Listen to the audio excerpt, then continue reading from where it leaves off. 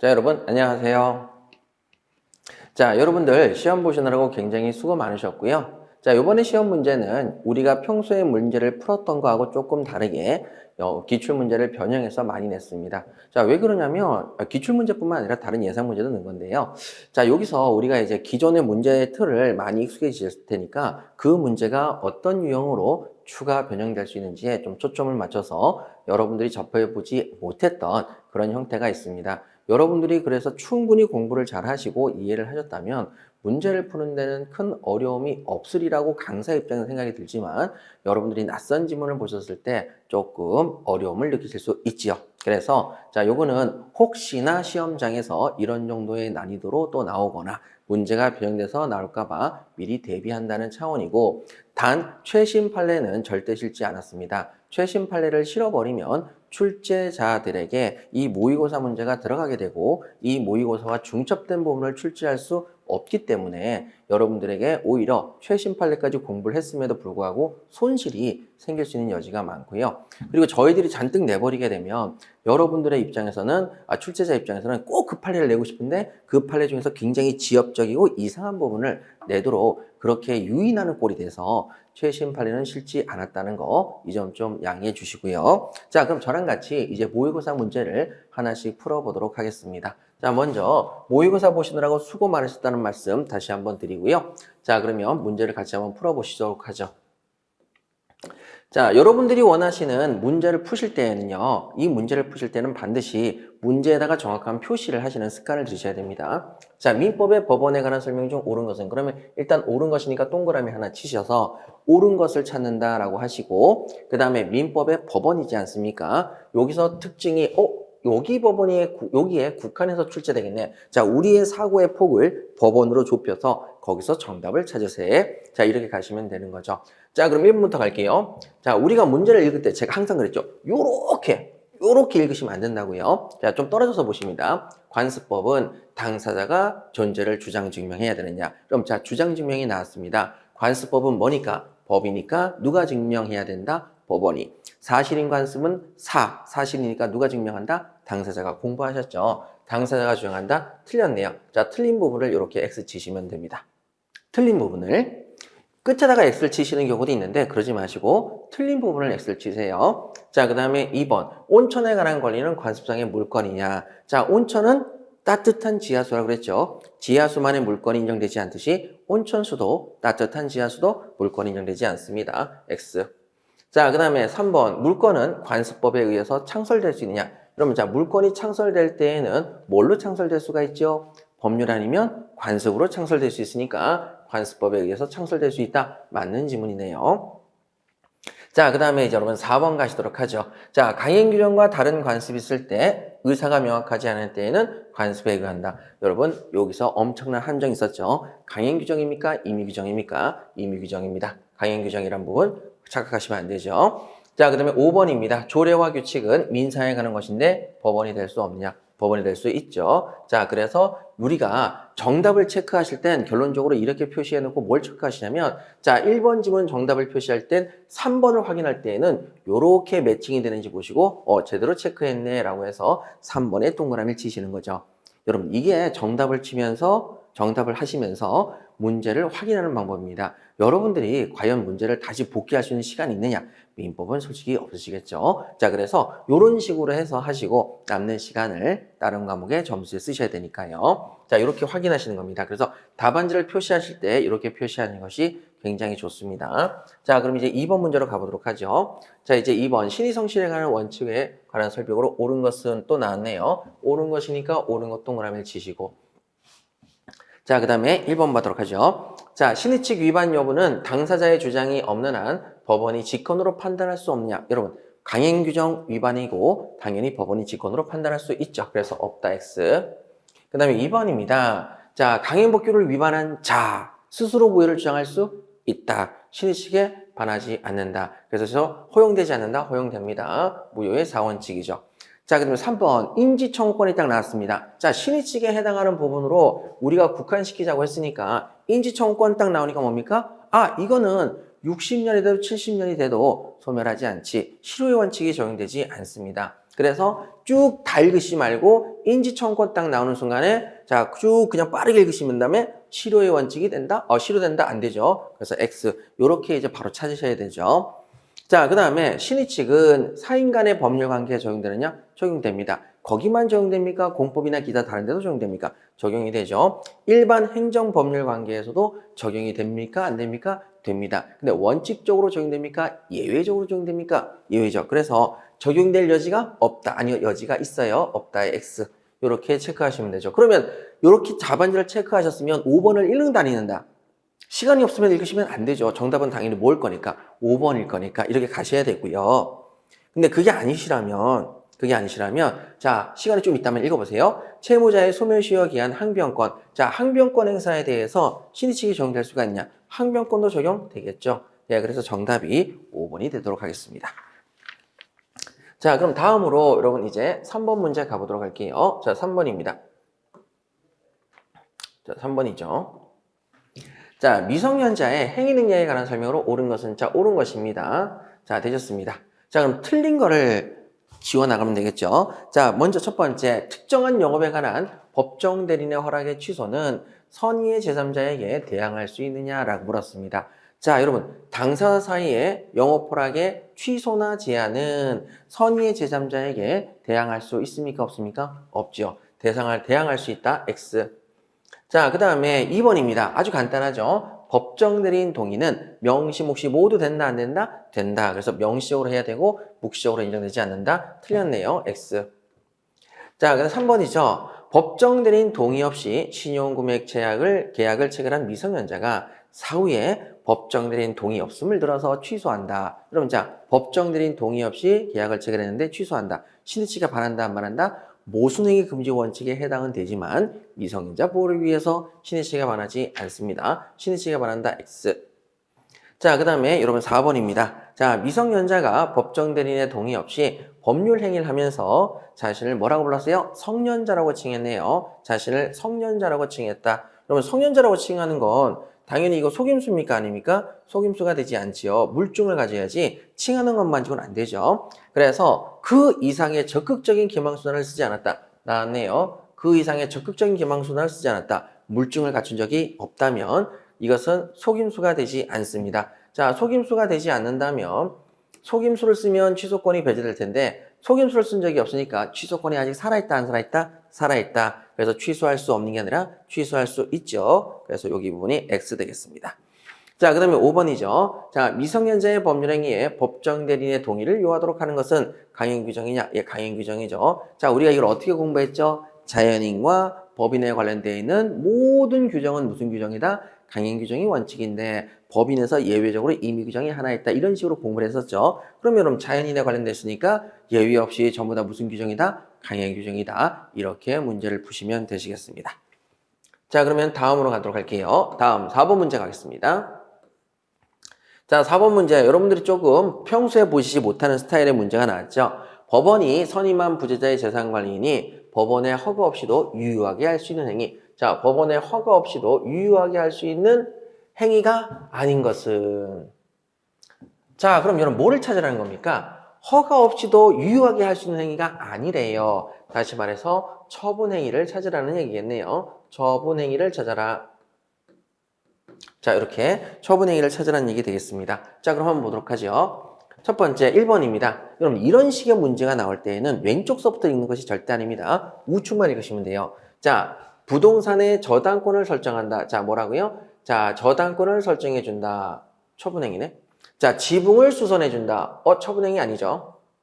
보전 등기를 신청한다. 아니고 소멸시효 중단도 아니고 그 다음에 무이자부 금전 대여를 이자부로 바꾼다. 이것도 처분행위가 아니죠. 그래서 정답은 몇 번입니까? 1번이 되겠습니다. 자, 이렇게 맞추시면 되는 거죠. 그래서 여러분 보통 여기 부분을 되게 소홀하게 많이 읽으시는데요. 여기 부분을 제가 2번씩 읽었던 이유는 뭐냐면 시험장에서 그러라는 얘기 아니라 그 뜻을 충분히 캐치하시려고 노력하셔야 된다. 자, 그렇게 말씀을 드리고 싶은 거고요. 자, 그다음에 이제 5번 문제 가도록 할게요. 실종선고입니다. 실종선고. 자, 실종선고에 관한 설명으로 옳은 것은 자, 옳은 것을 또 찾으라고 했습니다. 자, 1번. 부재자 생사가 5년간 분명하지 않을 때 법원은 직권으로 실종선고를 할 수 있느냐? 뭐지? 잘 모르겠네요. 자, 그러면 일단 점프. 자, 모르면 점프하십시오. 그 다음에 2번. 부재자의 자매로서 2순위 상속인에 불과하다. 여러분, 자, 실종 선고 나오고 2순위 상속인이 부족하다. 2순위 상속인이다. 그럼 얘는 실종 선고를 청구할 수 없죠. 그래서 실종 선고를 청구할 수 있는 이관계인이 될 수 없네요. 자, 맞는 지문입니다. 그럼 정답은 몇 번? 2번. 그리고 나서 다음 문제로 넘어가셔야 됩니다. 아셨죠? 확실한 정답 있을 때에는. 자, 그 다음에 3번 보시죠. 실종 선고 받은 자는 실종 선고 한때입니까? 실종기간 만료시입니까? 실종기간 만료시니까 요거 틀렸고. 자, 그 다음에 4번은 뭐가 틀렸습니까? 사법적 법률관계 종료는 맞는데 공법적 법률관계 종료는 아닌 거고요. 그 다음에 5번은요. 실종 선고를 통해서 직접 원인으로 재산을 취득한 자. 악의자일 때에는 악의자일 경우라도 손해를 배상할 필요가 없냐. 악의자는 받은 이익의 이자 손해배상. 그래서 필요가 없다. X. 자, 그러면 여러분 여기서 1번 문제는 뭐가 틀렸을까요? 자, 요거는 여러분들에게 함정을 판 거고요. 여러분들이 2번으로 넘어가셔야지 1번에서 정답을 찾지 말고 2번으로 넘어가시고 이건 좀 모르겠다 싶으면 넘어가셔야 돼요. 자, 여기서 뭐가 틀렸냐면 직권이 아니라 청구입니다. 여러분 이게 사실은 뭐랑 연결돼 있죠? 바로 여기 나와 있는 예정. 청구. 자, 2순위 상속인은 실종 선고를 청구할 수 없어요. 그러면 1순위 상속인이 실종 선고를 청구해야 법원이 실종 선고를 할 수 있겠죠. 그래서 여기 부분이 틀렸습니다. 직권이 아니라 뭐라고요? 청구. 자, 이렇게 확인해 보시면 되겠고요. 자, 문제 자체의 정답이 어렵지는 않았지요. 1번 때문에 헷갈리실 수는 있어도. 자, 그럼 다음으로 우리 6번 문제 가보도록 하겠습니다. 자, 6번 보시죠. 자, 6번 문제 가시게 되면 법인의 이사에 관한 설명으로 옳은 것은 이라서 옳은 것을 물어봤습니다. 자, 옳은 것 한번 찾아볼게요. 자, 거기 보시면 일단 1번에서 대표권 제한에 관한 규정입니다. 자, 이사에 관한이라고 범위가 좁혀져 있고 대표권 제한이 나왔습니다. 자, 대표권 제한이 나왔으면 그때 등기되어 있지 않으면 제3자에게 대항할 수 있다 없다? 없다. 그래서 여러분 제3자에게 대항할 수 있다? X. 하도 많이 푸셨던 문제고. 자, 그 다음에 2번도 많이 풀었던 문제죠. 이사의 해임 사유에 관한 규정이 정관에 있다면 그거 외에는 해임 못 시키는데 어떤 경우를 찾아야 돼요? 이사의 중대한 의무 위반이 있다. 그러면 여러분 정관에 정하지 아니한 사유로도 해임할 수 있습니다. 그래서 없다 그래서 또 틀렸네요. 자, 그 다음에 3번. 자, 여러분 법인과 이사의 관계는 무슨 관계다? 위임 유사의 관계다. 그래서 위임 관계다. 이렇게 정리를 했고요. 그 다음에 쌍방 누구나 정당한 이유 없이 언제든지 해지할 수 있느냐? 예, 언제든지 해지할 수 있습니다. 자, 공부하셨던 내용이죠? 이게 정답이 되겠고요. 자, 그럼 됐고요. 그 다음에 4번입니다. 감사 대표기간 아니지요. 성명과 전 등기합니까? 참 많이 나왔죠. 등기하지 않습니다. 등기 X 임의기간이기 때문에 등기할 규정을 두지 않았죠. 그 다음에 5번입니다. 대표권 없는 이사다. 대표권 없는 이사는 대표이사가 아니기 때문에 대표가 아니기 때문에 법인의 불법행위가 성립할 수가 없죠. 자, 그렇게 해서 정답은 몇 번이 되겠습니까? 3번이다. 이렇게 찾으시면 되시겠습니다. 자, 그럼 다음으로 우리 7번 문제 한번 가보도록 할게요. 자, 7번입니다. 7번 보시게 되면 여러분 앞에 비법인 사단이다. 어이구, 비법인이네. 자, 그 다음에 A 종중과 그의 대표자 갑 그리고 을 사이입니다. 그러면 A 종중이고 간단하게 여러분 그림을 그리시면 더 좋아요. 그 다음에 그 대표가 즉 이사가 그 다음에 갑이고 그리고 얘가 누구랑 거래했느냐? 을. 이렇게 거래를 했다. 간단하게 그리시고요. 옳은 것을 모두 고르라고 그랬습니다. 옳은 것. 자, 많은 분들이 그림을 잘 안 그리세요. 그리셔야만 여러분들이 문제를 풀 때 훨씬 빠르고 정확하게 문제를 푸실 수 있습니다. 자, 그러면 기업부터 한번 살펴보도록 할게요. 갑이 을에게 한 A의 업무에 대한 포괄적 위임. 자, 나왔죠? 포괄적 위임입니다. 포괄적 위임은 포괄적 위임하면 안 돼요. 설령 포괄적 위임을 했다 하더라도 그것이 법인, 즉 A에게 효력이 미치지 않지요. 그래서 A에게 효력이 미친다? 아닙니다. X. 자, 그 다음에 여러분 이제 니은입니다. 갑이 누구죠? 대표죠. 대표는 하고 갑은 딱 얘기를 해놓고 그 다음에 종중총회 결을 거쳤다고 해서 자, 재산에 관한 제3자의 소송에서 당사자가 될 수 있느냐? 여러분 당사자가 될 수 있어요? 없어요? 없어요. 자, 비법인의 경우에는 자, 개인 소송처럼 보이면 안 되기 때문에 자, 당사자가 될 수 없다 이렇게 말씀드렸습니다. 될 수 있다? X. 자, 이렇게 해서 두 개 틀렸네요. 그럼 옳은 것을 고르라고 했으니까 당연히 몇 번이 정답이 되겠습니까? 라고 한다면 그냥 디귿, 리을이 정답이 되는 거죠. 더 이상 읽지 말고 바로 끝내셔야 되는데 자, 문제를 풀게요, 우리는. 자, 종중규약에 다른 규정이 없으면 종원인 갑은 대리인을 통해서 결의권을 행사할 수 있느냐라는 겁니다. 자, 대리인을 통해서 결의권을 행사할 수 있느냐? 여러분 여기서 봐야 될 게 뭡니까? 뭐죠? 평서대. 평서대. 자, 종중에 특별한 규정이 없으면 평등 결의권, 서면 대리권, 대리인 결의권 된다 안 된다? 된다. 평서되죠. 그래서 종원인 병은 대리인을 통해서 결의권을 행사할 수 있습니까? 없습니까? 있습니다. 그런데 여러분 이것도 정관으로 달리 정할 수 있죠. 정관으로 달리 정할 수 있는데 그 앞에 뭐라고 나왔습니까? 정관에 종중규약, 정관에 다른 규정이 없으면 여러분 종중규약을 이제 뭘 읽어야 돼요? 정관에 다른 규정이 없기 때문에 대리인을 통해서 할 수 있다 없다? 있다. 이렇게 정리를 하셔야 되겠죠. 그래서 맞는 지문 대리인 통해서 결의권 행사 오케이 이렇게 가셔야 되고 자 리을입니다. 자 갑의 불법행위로 을에게 손해가 발생했다. 불법행위 나오면 자 법령 규정에 위배되더라도 객관적 직무에 관한 행위라고 인정된다면 자 법인은 불법행위 책임이 인정이 되죠. 너무 유명한 것이니까 동그라미 그냥 바로 치셔도 되겠죠. 그래서 정답은 4번이 되겠습니다. 이렇게 체크하시고요. 자, 그럼 이제 8번 가실게요. 8번, 물건에 관한 부분이죠. 자, 물건에 관한 설명으로 옳지 않은 것은 이렇게 나와 있네요. 자, 보시겠습니다. 먼저 1번, 전기 기타, 옳지 않은 것이니까, 아이고, 큰일 날 뻔했네. 자, 물건이라는 것 일단 머릿속에서, 네 시험 범위가 어디구나. 옳지 않은 것은 X 표시하시고, 자, 전기 기타 관리할 수 있는 자연력은 동산이냐? 동산이죠, 뭐. 왜? 토지 및 그 정착물이 아니니까요. 자, 그럼 2번입니다. 자, 2번. 특정할 수 있는 집합물에 대해서 하나의 재산권을 인정하는 담보권 설정할 수가 있죠. 자, 그 다음에 건물의 개수는 등록상의 공부에 의해서만 결정된다. 등록상의 공부가 아니고요. 등록상의 공부가 아니라 공부상의 등록이 아니고요. 여러분, 사유관념에 의해서 결정이 되죠. 죄송합니다. 아이고, 자, 이렇게 여기서 읽다 보니까 등록상의 공부라고 읽게 되네요. 죄송합니다. 자, 4번 전세권입니다. 자, 전세권은 용익물권이니까 일부에 대해서 설정할 수가 있죠. 그 다음에 이제 5번입니다. 여기 나와 있는 토지를 구성하고 있는 토석이죠. 이거는 무슨 뜻이냐면 거래 객체가 별도로 되느냐. 여러분, 토지를 사면 그 토지 안에 있었던 돌들도 같이 넘어와야 안 넘어와요? 넘어오죠. 저희 아버지가 토지 하나 사셨는데 땅을 파면 팔수록 뭐 이따만한 돌들이 나와가지고 저희 아버지가 그걸 조경석으로 세웠다. 그러면 당연히 토지를 구성하고 있는 토석은 당연히 토지를 사면 같이 따라오지 별도로 토지와 분리해서 별도로 거래 객체가 될 수 있는 것은 아니죠. 예, 그렇게 해서 이거 맞는 지문이 되겠습니다. 이렇게 해서 별도의 객체가 될 수 없다. 그래서 정답은 3번이다. 이렇게 찾으시면 되겠네요. 자, 다음으로 우리 9번의 주물과 종물 및 과실에 관한 부분입니다.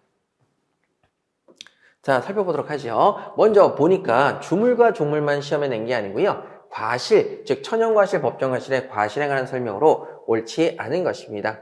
자, 되셨어요? 자, 그러면 우리 1번서부터 문제 보도록 하죠. 자, 1번 보니까 유치권자입니다. 자, 유치권자는 목적물을 경매 넘길 수는 있어요. 유치물을 경매 넘길 수는 있는데 그 경매로부터 우선 변제권을 받지는 않습니다. 근데 과실을 가지고 있다면, 그 과실이 생겼다면 유치물로부터 과실이 생겼으면 우선 면제를 받을 수가 있죠. 그래서 유치권자는 유치물이 아니라 유치물의 뭐예요? 과실이에요, 과실. 과실을 수취했을 때 변제에 충당할 수 있냐? 예, 변제에 충당할 수 있습니다. 맞네요. 그래서 과실은 먼저 우선 변제로 충당할 수도 있죠. 자, 확인하시면 되고요. 자, 그 다음에 2번. 신축공사를 도급받은 수급인이 사회통념상 독립한 건물이라고 볼 수 없는 정착물. 자, 독립한 건물이라고 볼 수 없는 정착물. 제가 여러분들에게 수업 중에 이렇게 얘기했죠. 시멘트 덩어리를 던져서 더 붙였다. 요게 이제 독립한 건물이라고 볼 수 없는 공작물에 해당하죠. 자, 그때 이 정착물은 토지의 종물이 되느냐라는 거죠. 여러분, 자, 요런 시험 문제를 한 번도 보신 적이 없으셨을 겁니다. 최근에 다른 데서 좀씩 나오고 있거든요. 여러분, 종물이 돼야 안 돼요? 안 돼요. 독립성이 없기 때문에 종물이 된다, 안 된다? 안 되는 거예요. 그래서 여러분들에게 보여드리기 위해서 동그라미를 쳤지만 문제를 풀면서 종물이 아니지. 이렇게 바로 가셔야 되겠습니다. 자, 그러면 정답은 이렇게 2번이 되는 거죠. 자, 확실한 정답이니까 예, 그냥 넘어가시면 되지만 나머지 문제 풀게요. 자, 주물 처분할 때 특약으로, 자, 특약으로 여러분 종무를 제외할 수 있고 종무만을 별도로 처분할 수도 있죠. 자, 임의 규정이니까. 자, 4번입니다. 저당 부동산의 상용에 이바지하는 물건이 다른 사람 소유에 속한다. 다른 사람 소유에 속하는 경우에 그 물건에는 원칙적으로 부동산에 대한 저당권 효력이 미치지 않습니다. 그쵸? 다른 사람 소유에 속하니까 당연히 저당권 효력이 미친다, 안 미친다? 안 미친다. 그래서 이게 뭐죠? 그러면 종물은 같은 사람 소유일 때 종물이 되겠죠. 자, 그 다음에 5번 건물을 사용함으로써 얻는 이득입니다. 자, 사용이익이네요. 사용이익. 자, 이것은 여러분 과실에 준한다, 안 한다? 과실에 준한다. 쭉 그냥 보시면 충분하시겠죠? 이렇게 정리하시면 되시겠습니다. 자, 그래서 정답은 여러분 2번이 되겠네요. 자, 여기까지 문제를 푸셨는데 지금까지 여러분들이 보셨던 문제 스타일과 조금 다른 부분이 보이실 겁니다. 그런 지문에서 어떤 뜻을 가지고 있는지 찾아내시는 게 굉장히 중요한 것이죠. 지금 맞느냐 틀리느냐를 가지고 일희일비하지 마시기 바래요. 지금 내가 어느 부분을 미스했는지 그 개념이 좀 제대로 잡혀 있는지 확인하시는 거 절차다라고 보시면 되겠습니다. 자, 그럼 이제 다음으로 우리 10페이지 문제 가보도록 하겠습니다. 10번 문제 가보도록 하겠습니다. 10번이죠. 자, 불공정한 법률에 관한 설명으로 옳지 않은 것은, 자, 여러분 또 범위가 뭐였어요? 불공정한 법률행위라고 나와 있고요. 그 다음에 이제 1번 문제부터 볼게요. 불공정한 법률행위에서 무효입니다. 자, 불공정한 법률행위 나오면 무효의 전환이 인정이 돼야 한대요. 전환이 인정됩니다. 전환 인정되고요. 무효행위의 전환. 자, 그 다음에 2번입니다. 불공정한 법률에 나오면 여러분 무효행위 추이는 적용이 돼야 한대요. 안 돼요. 불공정성이 소멸되지 않았기 때문에. 그래서 원칙적으로 추인하면 새로운 법률행위로 보느냐? 그런 거 없습니다. 그래서 2번이 틀렸죠. 자, 그래도 3번까지 보도록 할게요. 자, 불공정한 법률행위에 해당하는지는 법률행위 당시를 기준으로 판단하면 되고요. 그 다음에 궁박, 경솔, 무경험은 일부만 갖추면 충분하고요. 그 다음에 경솔과 무경험은 대리인 기준이고 궁박은 누굴 기준입니까? 본인 기준입니다. 자, 너무나 잘 아시는 거니까 1번과 2번 정도만 잘 체크하시면 되지 않으실까 싶습니다. 자, 다음에 11번 문제 가보도록 하겠습니다. 자, 11번이죠. 자, 이번에는요, 의사표시에 관련되어 있는 내용이 좀 종합적으로 출제가 됐습니다. 그래서 의사표시에 관한 내용으로 옳은 것은 이렇게 나왔으니까, 자, 이게 의사표시가 다 들어와 있죠. 자, 먼저 1번입니다. 착오로 인해서, 자, 의사표시를 했는데, 자, 착오입니다. 근데 쭉 읽어보니까 경제적인 불이익을 입지 않았다. 이렇게 나왔습니다. 중요부분의 착오가 아니죠. 중요부분의 착오가 아니기 때문에 착오 취소가 안 되죠. 중요부분 착오다 X. 자, 그 다음에 2번. 상대방이 있는 의사표시는 원칙적으로 상대방에게 발송한 효력 생긴다? 발송이 아니라 도달. 자, 3번. 의사표시는 법률행위의 불가결한 본질적인 구성요소가 아니다라고 되어 있죠. 자, 모르겠다. 처음 본다. 점프. 자, 그 다음에 4번. 공무원이 사직의 의사가 없음에도 사직. 여러분, 공무원이 사직서를 냈습니다. 자, 그러면 이것은 공법행위로서 항상 뭐다? 유효다. 그래서 사직의 의사표시를 했네요. 그러면 공법행위로서 항상 유효니까 그 밑에 사직의 의사표시가 무효가 되는 경우는 없습니다. 거짓말의 의사표시 적용되지 않죠. 민법의 거짓말의 의사표시가 적용되지 않습니다. 자, 근데 5번이죠. 가장매매 사실을 알지 못하고 그 다음에 알지 못하고 선이네요. 선이. 그 다음에 그러면 가장매매 사실을 알지 못했으니까 앞에 가장매매가 있었다는 얘기고 알지 못하고 저당권을 취득한 자, 선의의 제3자 이렇게 되겠네요. 선의의 제3자죠. 자, 그러면 이때 선의의 제3자는 보호를 받아야 안 받아요? 받아요. 따라서 무효를 이유로 자, 무효를 주장할 수가 없기 때문에 등기 말소를 청구할 수가 없지요. 이게 정답이네요. 그래서 5번이 정답이다. 이렇게 확인하시면 되겠습니다. 자, 그럼 3번이 남아있네요. 3번 잠깐 보실까요? 의사표시는, 자, 의사표시는 이게 사실 여러분들 수업할 때 그 내용이 바뀐 거죠. 법률 행위는 의사표시를 요소로 해야 하네요. 하죠. 의사표시는 그럼 법률 행위의 구성 요소예요, 아니에요? 요소죠. 자, 다시 한번. 법률 행위는 의사표시를 요소로 해야 하네요. 하죠. 그럼 의사표시는 법률 행위의 구성 요소예요, 아니에요? 요소죠. 자, 이런 식으로 문장이 살짝 바꿔서 나온 것이다 라고 보시면 충분하시겠습니다. 자, 그럼 다음으로 우리 12번 문제 가보도록 할게요. 자, 12번입니다. 자, 12번 보시게 되면 자, 갑은 X 토지의 경계를 잘못 인식한 채로 X 토지의 소유자 을로부터 이를 매수하는 계약을 체결했다. 이러면 딱 뭐라고 되어 있냐면 경계를 잘못 인식했대요. 경계를 잘못 인식했다. 자, 그래서 이를 매수하는 계약을 체결했다. 다음 중 옳은 것을 모두 고르신 것은 옳은 것을 모두 고르시오라고 되어 있네요. 자, 그러면 여러분 기억하고 리을까지 쭉 한번 보도록 할게요. 자, 그러면 여러분 기억 보시면 갑이 중요 부분의 착오를 일으켰지만 단순한 과실이 있다. 그러면 여러분 사실 여기 위에 있는 내용하고 뭘 이제 여기서 보시면 되냐면 이렇게 문제를 읽었는데 12번처럼 경계를 잘못 인식했는데 을로부터 이를 매수했다. 경계를 잘못 인식했는데 을로부터 이를 매수했다. 자, 이런 얘기죠. 뭡니까 이게? 일단 느낌이 없으실 수가 있어요. 정말 생소하니까. 좀 이따 제가 설명을 드릴 건데, 자, 그럼 이렇게 느낌이 없을 때는 일단 옳은 것은 체크하시고 무슨 거지 하고 내려가서 보시면 의외로 무엇을 물어보는 문제가 다 나와 있어요. 그러니까 여기 부분에 너무 신경을 이런 부분은 안 쓰셔도 되겠습니다. 그러니까 읽어보고 무슨 뜻인지 모르겠다. 그럼 일단 밑으로 내려와 보라. 물론 여기 부분이 중요하지만 여기 부분을 읽었는데 이해가 안 간다. 그럼 신경 쓰지 마시고 일단 내려와 봐라. 예, 이렇게 꼭 기억할게요. 자, 그럼 기억입니다. 갑이 중요 부분에 착오를 일으켰지만 단순한 과실일 때 어쩌고 저쩌고 취소. 착오를 일으켰는데 취소. 착오를 일으켰는데 취소. 그러면 착오.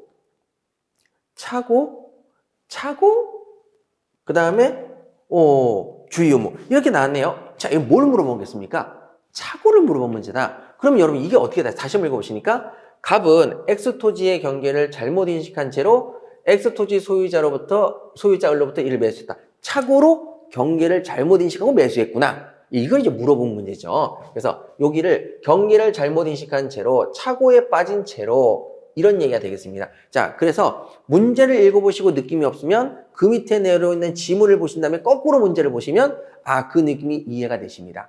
그냥 요거를 읽고 맞췄다고 해서 요걸 다시 안 읽으면 안 됩니다. 여기를 읽고 빠르게 읽고 여기를 다시 올라가셔서 무슨 뜻이구나라고 하셔야 됩니다. 그래서 여기 부분이 제일 중요하다. 늘 말씀드리지만 여기 부분이 중요함에도 불구하고 모르겠다. 그럼 내려와서 읽어보고 힌트를 찾아서 여기 부분을 해결해라. 이렇게 말씀을 드릴게요. 자, 이제 그럼 갈게요. 이제 기억. 중요 부분에 착오를 일으켰습니다. 그래도 됐죠? 단순한 과실이 있습니다. 그럼 중과실이 있으면 착오 취소를 못하지만 단순한 과실이기 때문에 자, 착오 취소를 할 수 있어요, 없어요?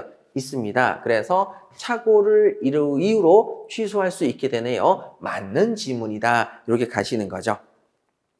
자, 맞는 지문이고 그러면 여러분 요렇게 나와 있을 때에는 요렇게 나와 있을 때 제가 여러분들하고 이제 문제풀이를 하니까 제가 다 일일이 이런 과정 스킬들을 안 알려드리는 거지만 여러분 여기서 우리 스킬들 한번 가볼게요. 이 문제만큼은. 자, 이거 옳은 겁니다. 그러면 옳은 것인데 기억, 니은, 디귿, 리을이 나오면 옳은 문제가 나오면 기억이 들어가면 맞겠네. 그래서 밑에 내려가셔서 2번과 3번을 이렇게 지우시고 이 상태에서 스타트를 하셔야 됩니다. 그러면 자 여기서 이제 뭘 읽어야 되겠습니까? 딱 뭘 읽는지 뭐냐면 제일 많이 겹칠 게 또 뭡니까? 니은이 겹치죠. 그럼 니은을 읽겠습니다. 니은 보시게 되면 X 토지에 대해서 표시한 지적과 비교했을 때 실면적이 부족한데 지극히 근소하다. 여러분 지극히 근소하면 이 정도 가지고는 여러분 인정되지 않지요. 왜? 토지니까. 지구는 둥구니까 측량할 때마다 내용이 조금씩 달라질 수 있고 그 지극히 근소하면 중요 부분의 착오도 아니고 착오 취소 대상도 아닌 거죠. 그래서 중요 부분의 착오가 인정되지 않는다. 이것도 맞는 지문이네요. 자, 그럼 옳은 것에서 니은도 들어가니까 이것도 지우십니다. 자, 그럼 뭐만 읽으시면 되겠습니까? 디귿만 읽으시면 되죠. 리을은 문제 푸실 때 읽을 필요가 없다는 얘기입니다. 자, 그럼 디귿 갈게요. 중요 부분의 착오는 일반인 아닌 갑을 기준으로 판단하냐? 여러분, 갑을 기준으로 먼저 판단했다가 다시 그걸 일반인 기준으로 다시 한번 더 평가하죠. 표의자 입장에서 다시 한번 판단하고 일반인 입장에서 다시 한번 판단해야 되죠. 요거는 틀렸네요. 그래서 일반인이 아니에요. 일반인의 입장에서 판단해야 되겠네요. 그래서 정답은 1번이 되겠습니다. 이렇게 문제를 푸시면 되죠. 그 다음에 리을이죠. 자, 갑은 X토지가 지적도와 정확히 일치하는지 여부를 미리 확인해야 될 주의 의무가 있느냐. 여러분, 자, 자연의 토지에 대해서, 자, 살 때부터 이것을 측량해서 확실하게 확인하는 사람이 있다, 없다? 없습니다. 그런 주의 의무 없어요. X. 이렇게 체크하시면 되겠죠? 자, 다음으로 우리 13번 문제 가보도록 하겠습니다. 자, 13번입니다. 아이고, 13번이니까, 자, 밑에 있네요. 자, 13번 문제 한번 가보도록 하죠. 자, 대리에 관한 설명으로 옳은 것을 찾으라고 했습니다. 자, 그러면 범위가 대리고요. 그 다음에 옳은 것입니다. 오케이. 자, 그럼 다음 갈게요. 자, 1번. 한정 후견 개시에서 소멸하느냐? 여러분, 대리권은 한정 후견 개시에 의해서 소멸합니까? 아니죠. 성년 후견 개시니까 X. 자, 그 다음에 우리가 추인이 있는데 그 중에서 소급하는 추인은 뭐가 있다고 그랬죠? 무권대리의 추인. 자, 무권대리의 추인은 추인한 때부터 효력이 생긴다? 아니요. 소급해요. 자, 그 다음에 3번입니다. 자, 법정 대리는 본인의 승낙이 있거나 부득이한 사유가 있다 아니면 복대리를 선임하지 못한다. 법정 대리입니까? 임의 대리입니까? 임의 대리죠. 여기다 X. 자, 그 다음에 여러분 다음 보시면은 4번. 수인의 대리인은 공동으로 본인을 대리합니까? 각자 대리합니까? 각자. 그래서 이것도 X. 자, 그 다음에 여러분 여기 나와 있는 5번 복대리 내용이죠. 임의 대리인이 본인의 지시에 쫓았습니다. 자, 지시에 쫓았을 때에는 그때 본인의 그 대리인의 부지를 주장할 수 있다 없다? 주장하지 못한다. 그래서 정답은 여러분 5번이 되겠습니다. 그래서 간단하게 보시면 되겠죠. 자, 위에서 틀린 거 다 찾으셨으니까 사실은 5번을 읽으실 필요도 없고요. 자, 그럼 다음으로 우리 14번 문제 가보도록 하겠습니다. 자, 14번입니다. 자, 이렇게 사례형이 또 나왔으니까 어이구 이게 뭐가 이렇게 복잡해? 자, 걱정하지 마시고 먼저부터 차근차근하게 문제부터 읽으십니다. 지문이 길면 의외로 쉬운 부분이 많습니다. 자, 을은 갑으로부터 갑 부동산을 담보로 3천만 원을 차용할 수 있는 대리권을 수여받았다. 자, 그럼 갑이 본인이네요. 그쵸? 갑이 본인. 그 다음에 을은 대리인이고요. 3천만 원의 대리권을 가지고 있습니다. 그런데 갑을 대리해서 병과 소비대차 계약을 체결했다. 자, 소비대차 계약, 돈을 빌리는 계약을 체결했죠. 소비대차 계약. 자, 다음 설명 중 옳은 것을 모두 고르시오 라고 얘기를 했습니다. 자, 그러면 여러분 이게 뭘 물어보는 문제일까? 자, 기억부터 한번 보죠. 자, 갑이 병을 상대로 을에게 위와 같은 권한을 부여했다고 말하였지만 실제로는 대리권을 을에게 수여하지 않은 경우 여러분, 자, 첫 번째 대리권 수여했어요? 안 했어요? 안 했어요. 안 했어요. 근데 갑에게 잘못이 있어요? 없어요? 있어요. 권한을 부여했다고 말했던 잘못이 있습니다. 자, 125조 표현대를 묻네요. 자, 됐죠? 그러면 갑은 선의 무과실인 병에게 선의이고 무과실인 병. 자, 상대방은 얘를 제3자라고 조문에서 표현하지만 상대방이라고 말씀드렸죠. 상대방인 병에게는 선의 무과실인 병에게는 대리권 수여에 의한 표현대리 책임을 진다. 맞네요. 표현대리입니다. 그래서 여러분 표현대리네요. 자, 그 다음에 여기도 마찬가지로 또 보니까 표현대리네요. 권한을 넘은 표현대리입니다. 자, 그럼 또 볼게요. 자, 을이 갑으로부터 위와 같은 권한을 적법하게 부여받고서 병과 5천만 원 차용하는 계약을 체결합니다. 자, 여기 5천의 계약을 체결했습니다. 세상에 3천의 권한은 대리의 범위가 맞는데 추가 플러스 2천은 무권 대리가 되겠네요. 자, 이쪽 부분이 표현 대리가 될 것이냐? 누가 이런 사람을 대리로 뽑았느냐? 라는 126조 표현 대리가 되겠죠. 병이 을에게 그런 권한이 있다고 믿을 만한 정당한 이유가 있었다면 3천만 원 초과하는 부분이죠. 자, 여기 부분부터 무권 대리가 되는 것이고 갑은 권한을 넘은 표현 대리의 책임을 진다. 아이고, 맞네요. 권한을 넘은 표현 대리 책임을 지겠습니다. 3천만 원 초과하는 부분이죠. 자, 그 다음에 여러분 여기서 또 보니까 맨 마지막에 권한을 넘은 표현들이 책임이 나왔는데 첫 번째 줄 쭉 보니까 부여받은 을이 선임한 복대리인. 아싸! 복대리인 나왔으면 표현들이 성립한다 안 한다? 표현들이 성립한다. 그래서 여기는 기역과 니은과 디귿이 다 맞는 문장이 되겠죠. 그래서 여러분들에게 이런 유형의 문제는 한 번도 접하신 적이 없으시겠지만 출제 가능성도 지금 있습니다. 다른 시험에서도 이런 패턴이 나오기 시작했으니까요. 그래서 여러분 제가 말씀드렸죠. 지문이 길면 길수록 쉬운 문제가 훨씬 많다. 자, 그러면 이제 15번 문제 가보도록 하겠습니다. 자, 15번이죠. 자, 갑의 무권 대리인 을이 병에게 갑소유 부동산을 매도해서 소유권 있는 길 맞췄습니다. 자, 무권 대리가 나왔으니까 아예 문제의 폭이 이렇게 간단하게 줄어들겠죠. 간단하게 그림 그리시고 무권 대리인 을이라고 나왔으니까요. 이에 관한 설명으로 옳지 않은 것은 자, 옳지 않은 것을 찾겠습니다. 자, 1번이죠. 병은 갑에게 상당한 기간을 정해서 추인 여부 확답을 최고할 수 있죠. 최고할 수 있고 물어봤는데 답이 없다. 그러면 뭐 한 것으로 본다? 현상 유지. 추인을 거절한 것으로 본다. 맞네요. 맞네. 여기가 포인트겠네요. 자, 그 다음에 2번. 병이 계약 당시에 계약 당시에 을에게 대리권 없음을 안 경우. 자, 알았다. 그러면 이제 뭘 물어보겠어요? 자, 계약이니까 뭐예요? 철회고요. 그 다음에 알았으니까 그러면 철회할 수 있어요? 없어요? 없어요. 철회할 수 없다. 여기 맞네요. 여기에서 보시면 되겠고. 자, 그 다음에 3번이죠. 계약을 철회하고자 하는 병은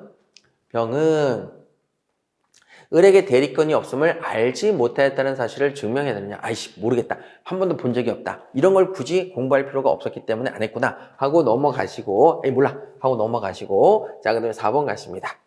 갑이 을의 무권대리 해의 내용을 변경해서 추인했다. 여러분, 변경해서 추인했다. 변경해서 추인하면 뭐가 되죠? 새로운 청약이 되고 상대방의 동의가 없으면 효력이 없는 거죠. 그에 대한 병의 동의가 있어야 유효하다. 맞네요. 병의 동의가 있으면 유효하죠.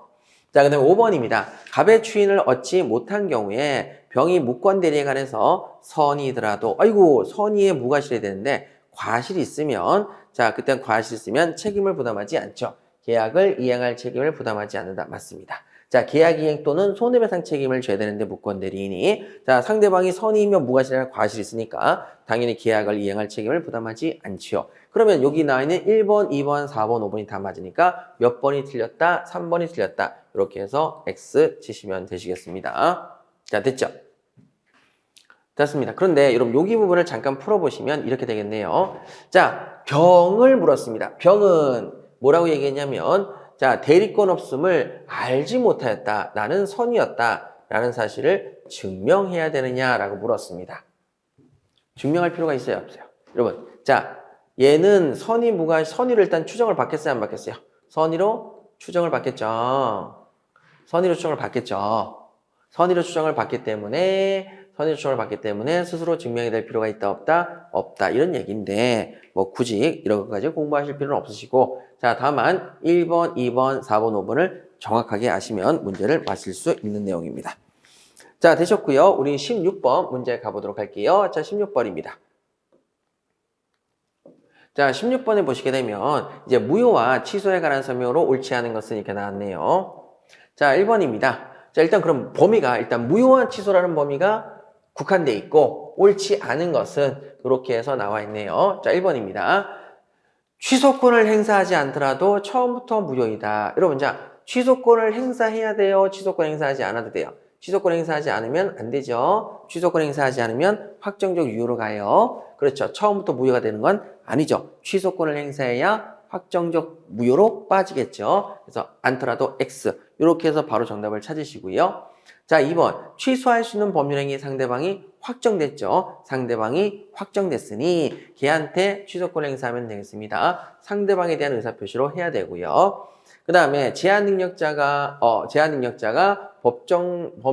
능력을 이유로 취소를 하는 거죠. 그러면 그 법률 행위로 인해서 받은 이익이 현존하는 돈에서 상환할 책임이 있느냐? 현존 이익 범위 내에서 상환할 책임이 있죠. 선악 불문하고 선이든 악이든 불문하고요. 자, 그 다음에 여러분 이제 4번입니다. 무효인 가등기를 유효한 등기로 전용합니다. 자, 여러분 이게 전용이라는 단어가 나와서 무효행위의 전환으로 가시면 안 된다고 그랬죠. 무효행위의 뭐라고 그랬죠? 추인. 무효행위의 추인이었습니다. 그러면 얘는 소급해서 유효가 된다. 그때부터다. 그때부터 유효합니다. 됐죠? 끝. 자, 그 다음에 여러분 5번입니다. 무효인 법률행위에 따른 법률 효과를 침해하는 것처럼 보이는, 자, 침해하는 것처럼 보이니까 침해가 없었죠. 따라서 손해는 없었고, 따라서 배상을 청구할 수는 없네요. 자, 배상 청구할 수 없다까지. 그래서 정답은 몇 번이다? 1번이다. 이렇게 정리하시면 되시겠습니다. 자, 다음으로 우리 17번 조건과 기한에 관한 문제로 가보도록 할게요.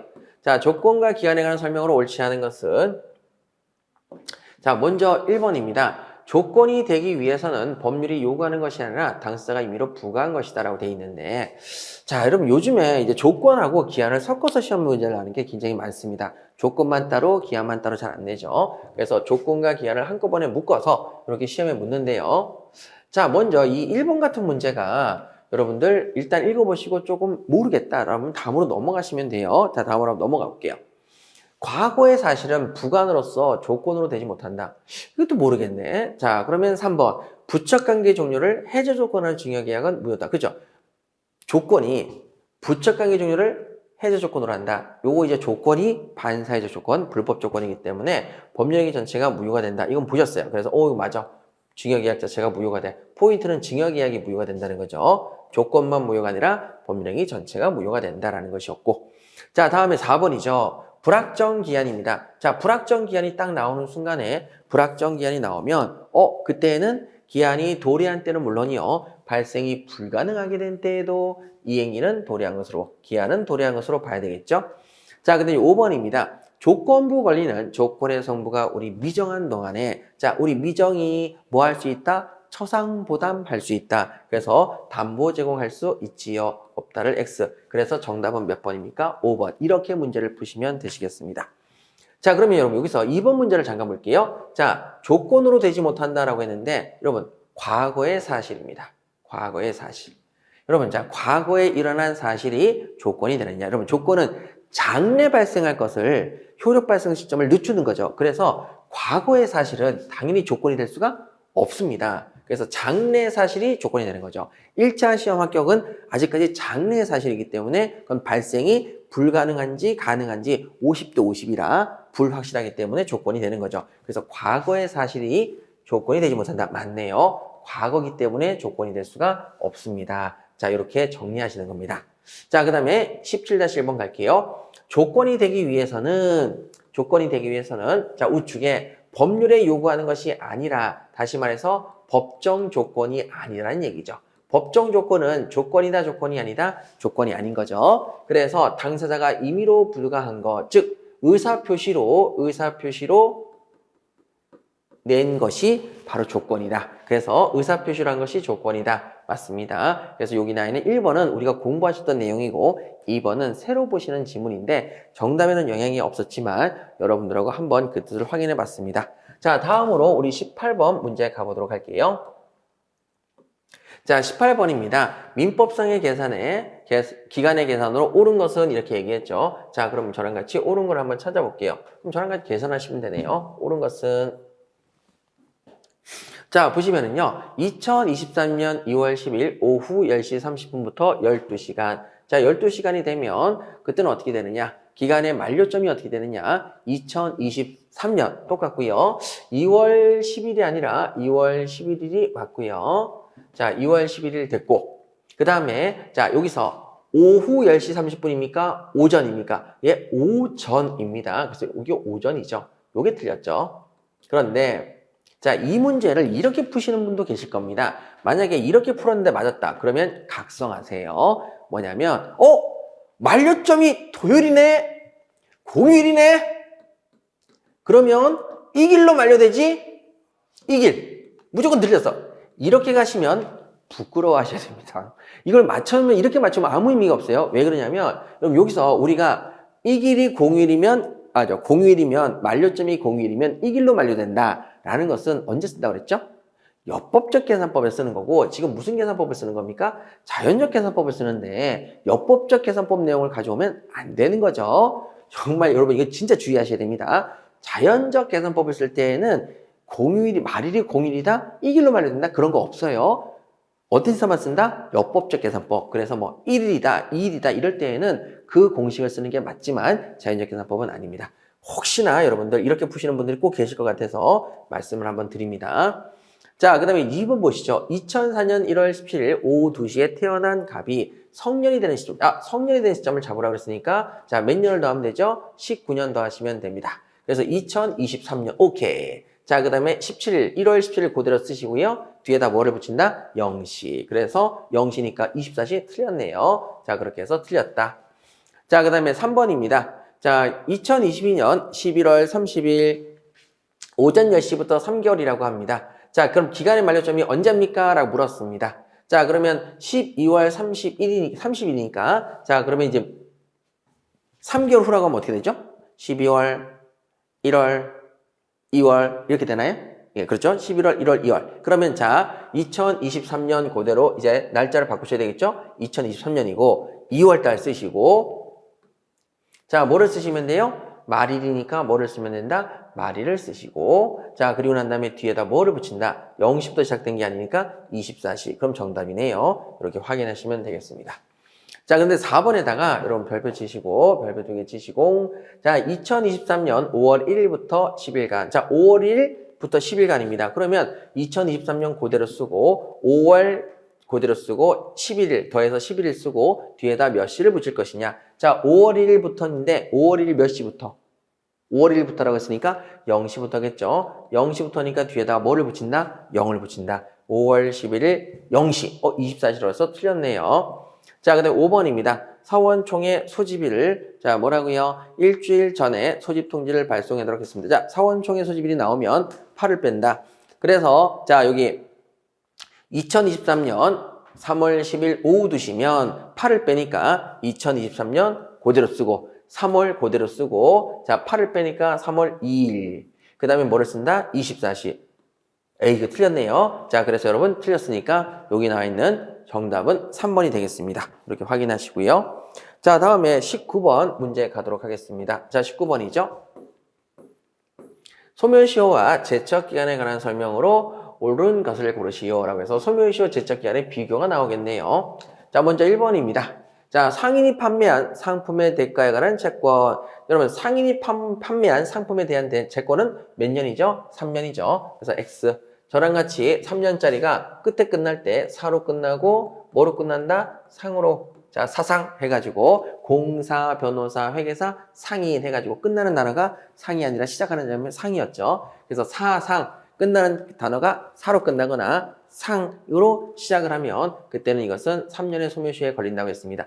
주의하셔야 될 것은 세무사는 몇 년이었죠? 10년. 이렇게 추가적으로 정리하시면 되고요. 자, 그 다음에 이제 2번이죠. 자, 근저당권, 설정등기 청구권하고 피의담보채권은 서로 별개단이다. 별개의 채권으로서 자, 거기에다 있는 독자적인 시효기간을 기효기간에 적용을 받지 않느냐. 적용을 받아야 되겠네요. 그래서 두 번째는 X. 자, 그 다음 3번이죠. 건물이 완공되기 전입니다. 완공되기 전에 건물에 관한 소유권 이전 등기 청구권에 시효가 진행하지 않는다. 그러면 소멸시효가 진행을 해야 하네요? 와, 이거 모르겠다. 처음 본다. 자, 그럼 이제 4번이죠. 제척기간인지 지난지 여부는 당사자 원형에 따릅니까? 법원의 직권조사상입니까? 법원의 직권조사상이니까 아니다. 그래서 틀렸네요. 자, 그 다음에 이제 5번 보시죠. 이거 뭐지? 여러분, 자, 요걸 싹 빼면요. 지역권은 소멸시에 걸리지 않습니까? 소멸시에 걸립니까? 걸리죠. 자, 그래서 소멸시에 걸리지 않는다가 아니라 걸린다. 그래서 여기 X. 그런데 만약에 계속적으로 지역권을 사용한다. 그러면 소멸시에 걸리겠어요? 안 걸리겠어요? 안 걸리겠죠. 그래서 여기는 불계속의 지역권은 계속 지역권을 쓰지 않았을 때 그때는 소멸시에 걸리지 않는 게 아니라 걸리겠죠. 그래서 여기는 틀렸다. 그러면 여러분 여기는 3번은 뭐냐면은 자, 여기 문제가 좀 어려워요. 건물이 완공되기 전입니다. 자, 건물이 완공되기 전. 그러면 여러분 뭐가 있죠? 법률상의 장애가 들어왔죠. 법률상의 장애다. 소멸시효 진행할 수 있다 없다? 소멸시효 진행이 안 된다. 그래서 여러분 올해 여기 부분 법률상의 장애와 사실상의 장애 이쪽 부분 중요하다고 저희가 최종 정리 때 했었잖아요. 예, 그래서 그것 때문에 낸 건데 건물이 완공되기 전에 즉 법률상의 장애가 생겼을 때 건물이 완공이 안 됐으니까 소유권 이전 등기 청구권은 행사할 수가 없고 행사할 수 없으니까 소멸시효 진행하지 않겠죠. 예, 그래서 여기 부분은 이렇게 보시면 됩니다. 정답이 그래서 3번이 되는 거죠. 3번이 정답이다. 이렇게 확인해 주시면 되시겠습니다. 그래서 19번 문제는 조금 어렵다. 이렇게 말씀을 드릴게요. 자, 그 다음에 20번에 소멸시효 중단 가도록 할게요. 자, 20번 소멸시효 중단에 관한 설명으로 옳지 않은 것은 이렇게 되어 있으니까요. 자, 먼저 중단에 관한 설명으로 옳지 않은 것은 자, 중단으로 범위를 좁혀주시고 그 다음에 딱 나오면 1번 문제 보시면 제가 먼저 두 문자가 뭐가 떠올라야 되죠? 중당승. 중당승 이렇게 떠올리시면 되는 거죠. 맞는 지문이고. 자, 그 다음에 2번이죠. 압류를 시효이익 받는 자에 대해서 하지 아니한 때에는 시효 중단 효력이 없고요. 통지하면 시효 중단 효력이 생기죠. 그런데 통지한 후가 아니면 통지를 안 했기 때문에 시효 중단 효력이 없네요. 자, 그 다음에 여러분 거기 시효 완성 전에 채무의 일부를 변제하고 채무 승인 효력이 생기느냐? 그럼 여기 채무 승인은 당연히 뭐겠어요? 소멸시효 중단의 채무 승인이겠죠? 소멸시효 중단의 채무 승인이겠죠? 자, 그 효력이 생긴다 안 생긴다? 생길 수 있죠. 그런데 여러분 이거는 사전, 사후 모두 가능합니까? 사후만 가능해야 됩니까? 사후. 시효 완성 전에 이거 사전이니까 이거 안 되는 거 아니야? 여러분 이렇게 가시면 안 되는 거죠. 함정이죠. 여러분 분명히 일부를 변제하는데 시효 완성 전, 다시 말해서 기산점 이후죠. 그리고 시효 완성 전에 일부를 변제하면 시효익 포기는 안 되죠. 그렇지만 시효 완성 전에 일부를 변제했으니까 뭐는 된다? 시효 중단 된다. 그래서 여기 3번 문제에서 굉장히 많이 헷갈리실 수 있었다.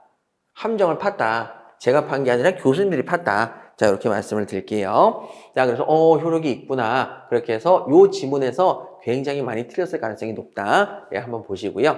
자, 그 다음에 여러분 거기 나와 있는 4번이죠. 응소 나왔으니까 뭐가 있어야 됩니까? 적극적으로 권리를 주장하고 또 뭐가 있어야 돼요? 받아들여진 경우 그때는 재판상 청구, 시효 중단의 재판상 청구에 해당되지요.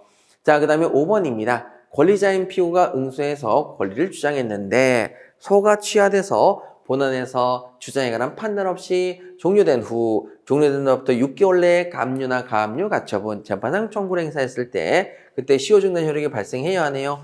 하죠. 자, 여러분 이거를 가지고 이게 어디서 많이 봤지? 자, 권리자인 피고가 응소했습니다. 자, 응소 나왔죠. 즉 채무자가 소송을 제기했는데 채권자가 거기에 대해서 뭐 했다? 응소했는데 자, 채무자가 어이구 잘못했거나 해가지고 취하했다. 그럼 취하하면 6개월 내에 압류, 가압류, 가처분, 재판상 청구를 하게 되면 시효 중단 효력이 생긴다 안 생긴다? 생긴다. 언제부터? 응소시부터 가압류한테가 아니라 응소시부터 우리가 공부하셨던 내용이죠. 자, 이렇게 정리하시면 되시겠습니다. 자, 이 문제도 쉽지는 않았으니까 여러분들께서 틀리실 수 있다라고 생각이 듭니다. 자, 다음으로 이제 물권법으로 들어가서 21번 문제 보도록 하겠습니다. 21번. 자, 갑과 을의 점유에 관한 설명으로 옳지 않은 것은 특히 물권법에 들어가시면 여기 부분을 더 잘 읽으셔야 됩니다. 점유라는 범위로 국한시켰고요. 옳지 않은 것 이렇게 찾으라고 했습니다. 자, 그럼 이제 1번 문제 보시죠. 갑이 그 소유 건물을 을에게 임대합니다. 현실적으로 건물이나 부지를 점거하지 않고 있으면 이때 자, 갑은 부지를 점유한다고 볼 수 없느냐? 점유한다고 볼 수가 있죠. 무슨 점유가 되겠습니까? 간접 점유가 되겠습니다. 자, 그래서 우리가 부지를 점유하는 사람은 누구냐? 건물 소유자다. 자, 뭐라고요? 건물 소유자. 그러면 건물 소유자가 누구죠? 갑이 그 소유 건물을 을에게 임대했으니까 갑이죠. 갑이 점유하는 것이죠. 자, 되셨습니다. 우리 엄청 많이 봤던 내용이고 그 다음에 2번까지 해서 주의하셔야 되겠죠. 갑이 신축한 미등기 건물을 양수해서 건물에 대한 살생의 처분권을 보유하게 된 을은 자, 그래서 갑이 누구에게? 자, 갑이 을에게 매도를 했는데 을이 매매대금 다 내고 인도받아 쓰고 있기 때문에 살생의 처분권을 보유하게 됐다면 이때 건물 부지는 누가 점유하는 것이냐? 원래는 건물 소유자죠. 그래서 누가 점유하는 거죠? 갑인데 그때 사실상의 처분권을 가지고 있으면 걔도 뭐 한다? 점유하는 거죠. 그래서 을도 점유한다. 그쵸? 을과 함께 점유했다고 볼 수 있느냐? 맞습니다. 자, 그렇게 해서 맞는 지문 확인해 주시면 되겠죠. 그래서 1번과 2번 지문을 여러분들이 헷갈리셔서 틀리셨다면 절대 안 되고요. 우리가 여러 번 반복해서 했기 때문에 꼭 기억하셔야 되는 부분이 되겠습니다. 자, 그 다음에 갑이 3번입니다. 갑이 신축한 건물의 경비원 을이 갑의 지시를 받아 건물을 사실상 지배하고 있더다. 자, 그럼 여러분 경비원 을이 갑의 지시를 받아 건물을 사실상 지배하고 있다. 뭐가 되겠습니까? 점유 보조자가 되겠죠. 점유 보조자이기 때문에 누가 점유자냐? 당연히 갑이 점유하죠. 지시한 사람이. 을은 점유자가 되지를 못하지요. 맞습니다. 자, 그럼 4번 가도록 하지요. 갑이 그 소유 건물을 을에게 임대해서 인도했을 때 갑에게는 점유권이 인정된다. 그쵸? 간접 점유권이 인정이 되는 거죠. 자, 그 다음에 5번입니다. 갑 명의로 토지에 대한 소유권 보존 등기를 마쳤다. 특별한 사정이 없는 한 갑이 그 당시 소유권 점유를 이전받았다고 인정할 수는 있느냐? 전혀 시험과 상관없는 자, 그런 내용입니다. 여러분, 보존 등기니까 이전 받았다고 인정할 수는 없겠죠. 예, 그래서 요거는 아주 옛날에 잠깐 나왔던, 그리고 절대 다시 안 나오는 그런 문제니까 신경 쓰지 마시고요. 여기서 바로 정답을 찾으시면 되시겠습니다. 그래서 옳지 않은 것은 1번이다. 이렇게 확인하셔서 답안지 체크하시면 되겠네요. 자, 다음으로 우리 22번 문제 가보도록 할까요? 자, 22번입니다. 점유에 관한 설명으로 옳은 것은 이렇게 찾으라고 그랬습니다. 그럼 또 나왔죠? 점유에 관한 것이고 옳은 지문을 찾으랍니다. 이렇게 정리하시면 되고요. 자, 그럼 이제 1번 보시죠. 어이구, 여러분 우리가 공부했던 게 뭡니까? 본소, 소악. 그래서 패소한 때부터입니까? 소재기시부터입니까? 소재기시죠. 그래서 여러분 여기는 틀렸습니다. 패소한 때가 아니죠. 자, 그 다음에 2번 소유 의사 없는 선의의 점유자가 점유물을 멸실할 때에는 이익이 현존하는 한도 내에서 손해를 배상해야 되느냐? 여러분, 자, 이익이 현존하는 한도 내에서 배상하는 것은 어디에 한정됩니까? 자주점유의 선이었어요. 근데 소유의 의사가 없는 타주점유가 나왔죠. 타주점유가 나오는 순간에 전부 배상이죠. 그래서 타주점유가 나오는 순간에 전부 배상. 그래서 한도 내에서 배상한다. 현존하는 한도 X 되겠습니다. 자, 그 다음에 여러분 3번 가시도록 하죠. 악의의 점유자는 과실로 인해서 실수로 과실을 훼손할 때에는 그 대가라도 보상해야 되느냐? 대가라도 보상해야 되죠. 이렇게 정리하시면 되고 4번 소유의 의사가 없는 소유의 의사 여부는 점유자의 주관적 의사를 기준으로 판단합니까? 매매 계약이냐, 임대차 계약이냐, 객관적 성질에 따라 판단합니까? 객관적 성질이니까 X. 자, 점유자는 선의로 점유한 것으로 추정됩니다. 좋습니다. 권한이 없는 점유였음이 밝혀졌습니다. 그러면 그 동안에 대한 점유에 대한 선의가 추정되느냐? 여러분, 자, 우리가 얘기했죠. 소급하는 것은 요거밖에 없었어요. 요거는 소급했어요. 그런데 그 외에는 자, 뭐라고요? 밝혀지면, 증명이 되는 순간부터 내용이 바뀌는 거죠. 선의로 쭉 추정되다가 증명되면, 밝혀지면 그 다음서부터 악이다 이렇게 가는 거지. 소급하지는 않았습니다. 그래서 그 동안의 점유에 대한 선의의 추정이 깨진다? 아니요. 계속 유지돼요. 자, 이렇게 해서 우리가 쭉 정리하셨던 내용이 되겠습니다. 그래서 정답은 3번 이렇게 보시면 되겠죠. 자, 다음으로 23번 문제 한번 가보도록 하죠. 여러분, 자, 일단 21번과 22번 문제를 풀어보셨는데 22번 문제는 그렇다 하더라도 22번 문제는 물음표를 가지시고 어려우실 수 있었고 자, 그 다음에 23번 문제를 보시면 문제는 긴데 문제를 길면 여러분 문제가 쉽다라는 말 항상 기억하시고요. 길다고 해서 포기하지 마시고 긴 것부터 읽으시면 오히려 더 나아요. 짧은 게 더 헷갈리니까. 갑소의 엑스토지에 관해서 갑과 을과 병 사이에 순차로 매매 계약이 체결되었습니다. 자, 됐고요. 갑을병은 이행의 편의상 엑스토지에 관해서 을명의로 소유권 연기를 생략하고 바로 갑으로부터 병명의로 소유권 연등기를 격려해 주기로 합의했다. 중간 생략 등기네요. 자, 그러면 갑, 을, 병. 자, 요렇게 해서 요렇게 등기를 넘겨주기로 합의했다. 오케이. 요렇게 그림을 간단하게 그리시고요. 자, 됐습니다. 그러면 우리 기억부터 가도록 할 건데 자, 옳은 것인지 그른 것인지 봐야 되겠죠? 옳은 것은 자, 체크하신 다음에 자, 밑에 문장으로 내려가시겠습니다. 먼저 보시죠. 위 합의에도 불구하고 을은 갑에 대해서 소유권 이전 등기 청구권을 행사할 수 있느냐. 여러분, 여기 중간 생략 합의가 있었다고 그랬지. 이 계약은 계속 유지가 되는 거니까 당연히 을을 갑한테 자, 뭐예요? 소유청을 행사할 수 있죠. 그래서 소유청을 행사할 수 있다. 오케이. 위 합의 이후 갑과 을 사이 매매대금 인상입니다. 자, 매매대금을 인상하기로 했다. 그럼 인상분을 달라고 요구할 수 있겠죠. 그래서 인상한 매매대금을 지급하지 않았음을 이유로 소유권 이전 등기 의무의 이행을 거절할 수 있다. 예, 거절할 수 있습니다. 자, 이것도 우리가 기출지문으로 다 보셨던 내용이라서 특별하게 어렵진 않고 중간 생략 등기가 나왔는데 토지거래 허가 구역이 딱 나오는 순간에 중간 생략 등기는 안 되는 거죠. 그래서 자, 직접 X토지에 관한 토지거래 허가 신청 절차에 협력 의무 이행 청구권이 있느냐? 없어요. 중간 생략하면 안 돼요. X.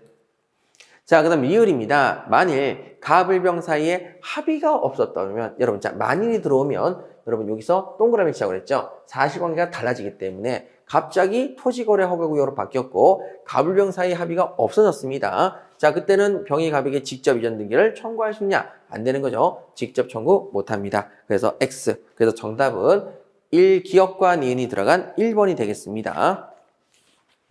자, 이것도 쉬웠죠?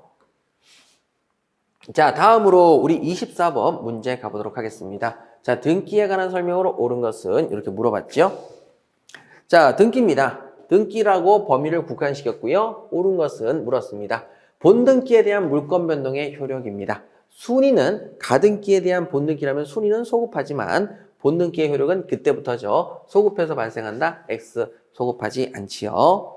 자, 그 다음에 2번입니다. 등기가 원인 없이 말소됐습니다. 자, 그러면 등기가 원인 없이 말소되었어도 회복 등기가 마쳐지기 전이라도 여전히 등기상의 권리자는 유지가 되고 말소된 등기의 등기 명의는 여전히 적법한 권리자로 추정되겠습니다. 그렇죠? 적법한 권리자로 추정된다. 맞네요. 그래서 정답은 2번이 되겠습니다. 자, 되셨고요. 그 다음에 3번 갈게요. 합유자가 합유 지분을 포기했다. 지분을 포기했는데 포기도 여러분 의사표시단이다. 의사표시니까 이전 등기를 하지 않아도 이전 등기를 해야만 귀속하게 되겠습니다. 자, 그 다음에 4번이죠. 매매로 인한 소유권 여등기에서 등기 명의자가 등기 원인을 증여로 주장했다. 여러분, 자, 뭐라고요? 매매를 원인으로 소유권 등기가 되어 있는데 거기에서 등기 명의자가 등기 원인을 증여로 주장을 합니다. 증명했어요? 주장만 했어요? 주장했기 때문에 등기의 추정에 끼어질 이유가 없는 거죠. 끼어지지 않습니다. 자, 그럼 다음으로 이제 5번 문제만 보시면 되겠네요. 사망자 명의로 신청해서 이루어진 이전 등기. 어머 무서워. 사람이 시신으로 일어나서 이전 등기를 청구했다고? 말도 안 되네. 하지만 특별한 사정이 없는 한 등기의 추정력이 인정된다? 인정되지 않죠. 특별한 사정이 있을 때만 등기의 추정력이 인정되죠. 종전의 계약이 법률 관계가 체결된 적이 있었다라는 것을 입증하면 그때는 이제 등기의 추정력이 인정이 되는 거죠. 그거 아니면 인정이 안 되니까 X. 자, 되셨고요. 이제 25번 문제 보도록 하겠습니다. 자, 25번 문제는 그 밑에 내려와 있네요. 등기 없이 물권 변동이 일어나는 경우가 아닌 것은 이렇게 되어 있습니다. 자, 그럼 문제를 또 보시죠. 등기 없이 물권 변동이 일어나는 경우. 자, 이게 뭐죠? 등기 없이 물권 변동이 일어나는 경우 말 그대로 법률 규정에 의한 부동산 물권의 변동이죠. 자, 그런 경우가 아닌 것은 다시 말해서 뭐예요? 법률 행위를 찾으라는 얘기네요. 법률 행위를 찾아라. 법률 행위를 찾아라. 등기를 해야 되는 법률 행위를 찾아라. 자, 이건 뭐 아닌 것이니까 이렇게 해서 법률 행위를 찾으라는 얘기네요. 그럼 법률 행위 찾아볼게요. 자, 이렇게 문제가 쫙 나오면 왼쪽을 읽는다, 안 읽는다? 안 읽습니다. 우측을 볼게요. 자, 물권 변동이 일어나는 경우가 아닌 것은 등기 없이도 법률 행위를 찾아라. 자, 법률 행위를 찾아볼게요. 자, 딱 보니까 상소. 여기 1번 보존 등기. 보존 등기를 하지 않았다. 모르겠다. 그러면 자, 상소. 이건 무조건 등기가 필요 없죠. 그러니까 이건 아니고. 그렇죠? 법률 행위가 아니고. 그다음에 매각. 부동산을 경매니까 법률 행위 아니고. 그다음에 채무를 모두 변제했다. 채무를 모두 변제하면 당연히 사라지죠. 이것도 법률 규정이죠. 자, 법률 행위 아니고. 그다음에 여러분 여기서 보니까 판결이 확정됐다. 판결이 확정됐는데 자, 무슨 판결이냐? 이전 등기 소송에서의 판결이다. 이행 판결이다. 자, 이행 판결은 등기를 요건으로 해야 하네요. 하죠. 그래서 등기를 해야만 소유권을 취득한다. 맞네요. 그래서 정답은 5번입니다. 자, 그럼 여기 1번 보시게 되면은 자, 보존 등기 나왔으니까 앞에 딱 보니까 건물을 완공했어요. 완공하면 보존 등기를 하지 않아도 물권 변동이 일어나야 안 일어나요? 일어나죠. 소유권자가 발생하죠. 그래서 이것도 아니고 정답은 5번이 되겠습니다. 자, 여기서 여러분 굉장히 중요한 힌트 법률 행위를 찾아라. 등기를 해야 되는 경우를 찾아라. 요거를 여러분 보시면 되겠습니다. 자, 다음으로 우리 26번 문제 가도록 할게요. 이것도 여러분 생각보다 시간을 좀 잡아먹는 문제가 되겠고요. 자, 이제 26번 문제 갈게요. 26번 문제 가시게 되면 이제 선의취득에 관한 설명으로 옳지 않은 것은 하고 물었습니다. 옳지 않은 것은 자, 되셨어요. 자, 자동차입니다. 자동차의 경우에 자, 등록에 의해서 공시되는 자동차 준부동산 선의취득 대상이 아니다. 우리 공부하셨던 내용이고 그 다음에 2번 점유보조자가 보관한 물건을 절도했습니다. 점유보조자가 보관한 물건을 절도했습니다. 이건 절도가 아니라 뭐라고 그랬죠? 횡령. 보관한 물건을 훔쳐가면 절도가 아니라 뭐라고 그랬죠? 횡령. 횡령이기 때문에 도품에 해당한다. X. 자, 됐고요. 이제 3번입니다. 점유계정. 점유계정 방식으로는 선의취득이 인정되지 않지요? 그 다음에 기존 거래행위는 유효해야 했습니다. 무효가 되거나 취소가 되면 그때는 선의취득이 성립하지 않는 것이고요. 그 다음에 선의취득자가 임의로 선의취득 효과를 거부하고 종전 소유자에게 동산 반환받아갈 것을 요구한다. 그러면 법이 화를 낸다. 죠 버럭! 강연 규정인데 네가 뭔데 법의 명령을 어기고 소유권을 돌려줘 하면서 버럭 화를 낸다. 그래서 요구할 수 없다. 이렇게 정리하시면 되겠죠. 그래서 여기 나와 있는 2번 확인하시면 되겠습니다.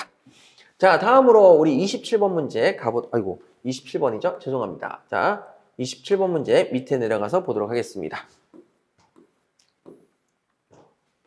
자, 27번 문제 보시게 되면 물권 변동에 관한 설명으로 옳지 않은 것은 이렇게 말씀을 드렸죠. 옳지 않은 겁니다. 자, 그럼 한번 살펴보도록 하죠.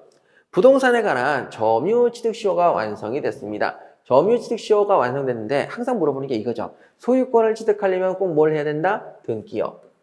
법률의 규정이지만 예외적으로 등기를 해야 된다. 자, 그 다음에 이제 2번입니다. 동산물권 변동에 관해서 동산이죠. 자, 동산물권에 관해서 공시의 원칙뿐만 아니라 공신의 원칙도 인정된다. 맞죠? 둘 다 인정이 되죠. 요건 선의취득이고요. 자, 이건 동산의 인도죠. 동산의 인도를 하면 되는 거고. 현실인도, 간이인도, 점유계정, 목주물 반환 정권의 양도 이렇게 정리하시는 거고. 자, 3번입니다. 부동산 공유자가 공유 지분을 포기했어요. 의사표시니까 등기를 해야만 효력이 발생한다. 뭐 계속 나오는 것이고요. 그 다음에 4번 갑이 신축한 미등기 건물을 을에게 매도하고 을이 자신의 명의로 그 건물의 보존 등기를 마친 경우에 을은 그 건물의 소유권을 취득한다라고 되어 있냐 물었죠. 자, 갑이 신축한 미등기 건물을 을에게 매도합니다.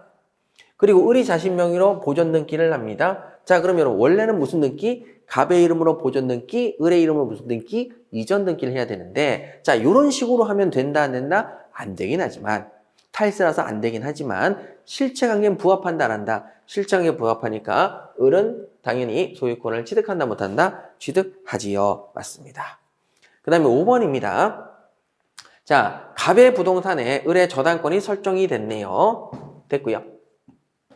그 다음에 을이 그 부동산의 소유권을 취득합니다. 자, 뭐라고요? 을이 저당권자가 부동산의 소유권을 취득한다. 뭡니까? 혼동. 혼동이 되기 때문에 저당권은 소멸해요? 저당권은 소멸하지 않아요? 소유권을 취득했으니 저당권이 소멸하겠죠? 않는다. X. 그래서 틀린 정답은 5번이 되겠습니다. 자, 이제 28번 문제 가보도록 할게요. 자, 28번 문제는 여러분들의 인내심을 시험하는 문제가 되겠습니다. 자, 그러면 왜 인내심을 시험하느냐? 민법상 상린관계에 관한 설명으로 옳지 않은 것은 이렇게 얘기했죠. 옳지 않습니다. 그럼 1번 몰라요. 2번 몰라요. 자, 그러면 1번과 2번을 패스해서 넘기실 줄 알아야 되고요. 그 다음에 불안해하지 마시고 3번 읽어보세요. 분할로 인해서 공로에 통하지 못하는 토지 소유자가 공로에 출입하기 위해서 다른 분할자의 토지를 통행합니다. 자, 이때 공짜로 다닌다, 돈 내고 다닌다. 공짜로 다닌다. 무상주의 통행권이죠. 그래서 손해를 보상해야 된다. 보상할 필요가 없습니다. 그래서 정답은 몇 번? 3번. 자, 됐고 4번, 5번 모르겠다. 넘어가셔도 되겠죠. 자, 그래서 여러분 3번 문제를 빼고 나머지는 여러분들이 거의 잘 모르는 문제를 넣어놨습니다. 그래서 여러분들의 인내심을 테스트하는 문제 이렇게 되는 거고요. 자, 그 다음에 이제 29번 점유취득시효 가보도록 하겠습니다. 점유취득시효죠. 자, 저기서부터 좀 보고 내려오도록 할게요. 자, 점유취득시효에 대한 내용으로 옳은 것은, 자, 점유취득시효 나왔고 옳은 것을 찾으라고 했습니다. 자, 그럼 저랑 같이 한번 찾아보도록 할게요. 1번입니다. 취득시효 완료 후 등기 격려 전에 그 부동산이 제3자에게 명의신탁이 됐습니다.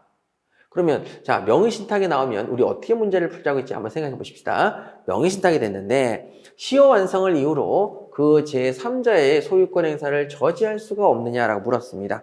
자, 그러면 여러분 여기서 제3자의 소유권 행사를 저지할 수 있느냐? 제3자에게 명의신탁을 했거든요. 자, 그럼 시효 완성이 됐는데 소유권 행사를 저지할 수 있느냐? 만약에 얘가 제3자에게 명의신탁을 했을 때 이때 점유취득시효를 주장할 수 없는 제3자에 해당한다면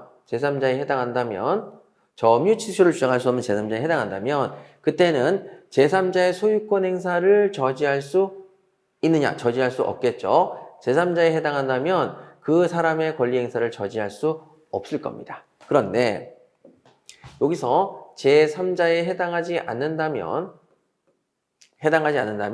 제3자의 소유권 행사를 저지할 수 있을 겁니다. 있다로 가셔야 됩니다.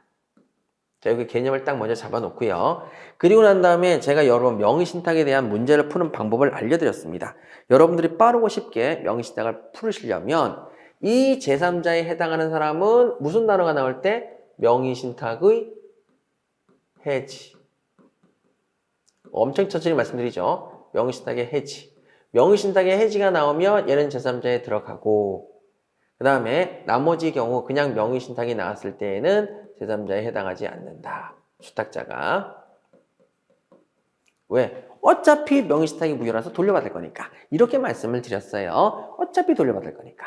그래서 여기 나와 있는 단어를 딱 보니까 여러분 명의신탁이 나왔는데 자 점유취득시효 나오고 명의신탁이 나왔는데 해지라는 말이 보인다 안 보인다? 안 보인다. 해지란 말이 안 보이니까 얘는 제3자도 아니다. 제3자가 아니다. 제3자의 소유권 행사를 저지할 수 없다. 저지할 수 있다. 있다로 가셔야 되는 거죠. 제3자가 아니니까. 그래서 여기 부분이 틀렸습니다. 자, 이렇게 문제를 푸시면 되겠습니다. 여러분들에게 제가 힌트를 드렸죠. 명의신탁의 해지는 명의신탁이 유효하다는 뜻입니다. 명의신탁은 원래 무효일 때에는 돌려받을 수 있기 때문에 그래서 해지라는 말이 나오면 제3자가 되고 해지가 아니면 제3자가 아니다. 이렇게 문제를 푸시면 되죠. 자, 그다음 2번입니다. 자, 시효기간 있는 동안에 소유자의 변동이 없습니다. 자, 소유자의 변동이 없다면 임의의 시점 잡을 수 있어요? 없어요? 있어요. 그래서 기산점을 어디에 두든지 간에 그 다음에 뭐라고요? 그 기간이 20년이 경과한 사실이 확정되면 된다. 맞습니다. 자, 우리가 기존의 기출문제가 이런 식으로 변형돼서 나올 수 있으니 한번 확인해 보시죠. 전에는 어떻게 나왔어요? 임의의 기산점을 잡을 수 있느냐라고 나왔는데 기산점을 어디에 두든지 간에 임의의 기산점을 이렇게 표현한 거죠. 자, 그 다음에 이제 3번입니다. 자, 3번. 자, 갑의 취득시효 완성 당시 미등기로 남아있던 토지 소유자가 취득시효 완성 후 보존등기를 맞았습니다. 소유자가 보존등기를 맞았죠. 자, 얘한테는 여기 나와 있는 얘한테는 취득시효의 완성을 주장할 수 있어야 되겠네요. 그래서 X. 그 다음에 4번. 국유재산이 일반 재산이던 상시에 취득시효가 완성이 됐는데 그 후에 행정재산으로 바뀌었으면은 소유권 이전 청구가 안 되지요. X. 자, 그 다음 5번입니다. 점유자가 취득시효 기한이 경과한 후 소유자와의 분쟁을 간편하게 해결하기 위해서 자, 나왔죠. 여기 다 쓸데없는 얘기고 상대방에게 매수 제의를 하였다. 자, 그럼 이 점유가 타주점유로 전환된다? 타주점유로 전환되진 않는다. 전환되진 않죠. 그래서 X. 그냥 우리가 다 공부하셨던 내용이라 이렇게 정리하시면 되시겠습니다. 그래서 정답은 2번 되겠네요.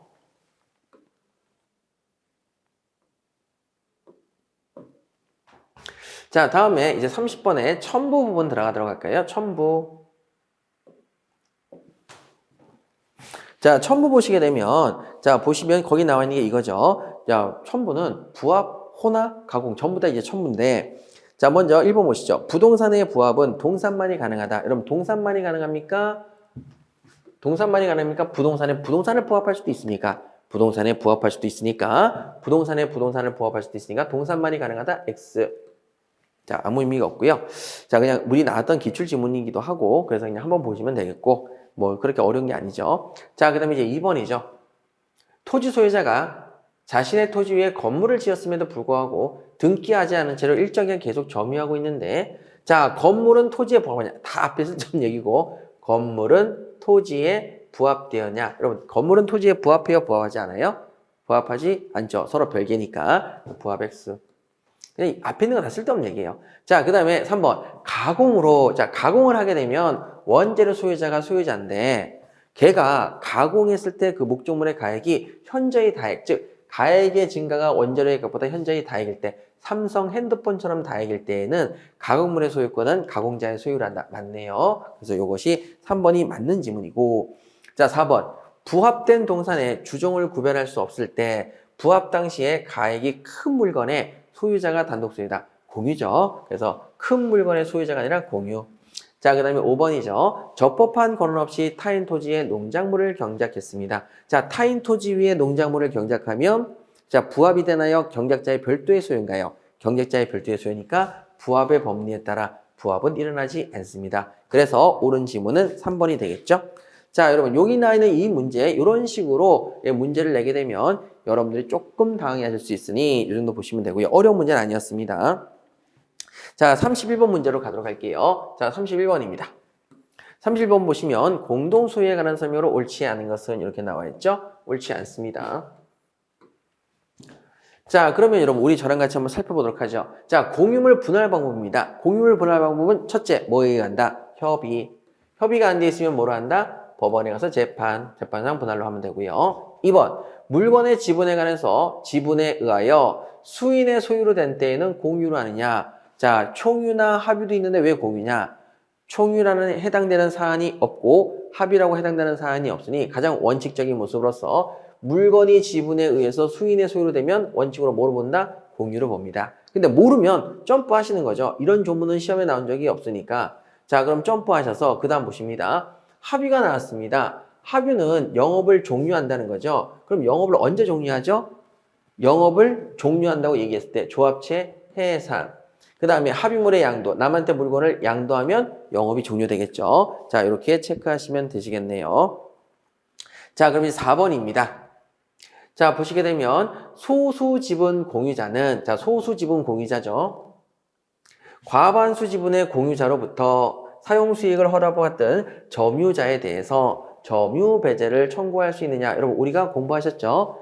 과반수 지분권자는 단독으로 점유해도 얼마든지 되기 때문에 소수 지분권자가 점유 배제가 안 되고 과반수 지분권자의 허락을 받은 점유자에게도 배제를 청구할 수가 없는 거죠. 배제 청구 X. 그래서 4번이 틀렸습니다. 자, 그 다음에 5번이죠. 총유물에 대한 사원의 권리 의무는 사원의 지혜를 취득하면 취득하고 상실하면 상실한다. 맞는 지문이 되겠네요. 자, 이렇게 보시면 되겠습니다. 자, 다음으로 우리 32번 문제 가보도록 하겠습니다. 자, 32번이죠. 자, 32번 보시면 이제 명의신탁이 나왔네요. 자, 명의신탁의 위에 그림을 밑에다 잠깐 정리하겠습니다. 갑은 법령상 제한 회피를 위해서 을소유 X부동산을 매수하고자 자신의 친구 병과 명의신탁 약정을 체결하고 그 다음에 2021년 5월 병은 을과 부동산 매매 계약을 체결합니다. 자, 그럼 을이 소유자고요. 병이 수탁자, 그 다음에 갑이 신탁자죠. 자, 신탁자. 자, 되셨고요. 그러면 이게 뭐죠? 계약명의 신탁이죠. 계약명의 신탁. 계약명의 신탁. 자, 됐죠. 계약명의 신탁입니다. 계약명의 신탁일 때에는 자, 여기 나와 있는 을이 선이냐 또는 악이냐. 자, 요걸로 구별해서 여기에 따라 내용이 전혀 달라졌죠. 자, 그러면 이런 상태고 그 다음에 계약명의 신탁에서 또 주의하셔야 될 것이 명의신탁 날짜를 보셔야 됩니다. 자, 1995년 7월 1일 이전에 됐으면 이거는 부실법 시행 전이고 이건 부실법 시행 후다. 그래서 부실법 시행 후다. 여기까지 확인해 보셔야 되겠죠? 부실법 후. 자, 그럼 저랑 같이 문제를 풀게요. 자, 이제 그림은 이제 없어도 될 겁니다. 다만 옳지 않은 것이니까 요거만 X 치시고 자, 나머지 보도록 하겠습니다. 얘가 설이든 악이든 상관없이 갑과 병 사이의 명의신탁 약정은 항상 뭐가 되겠습니까? 무효입니다. 그래서 1번 지문은 맞는 지문이 되는 것이고요.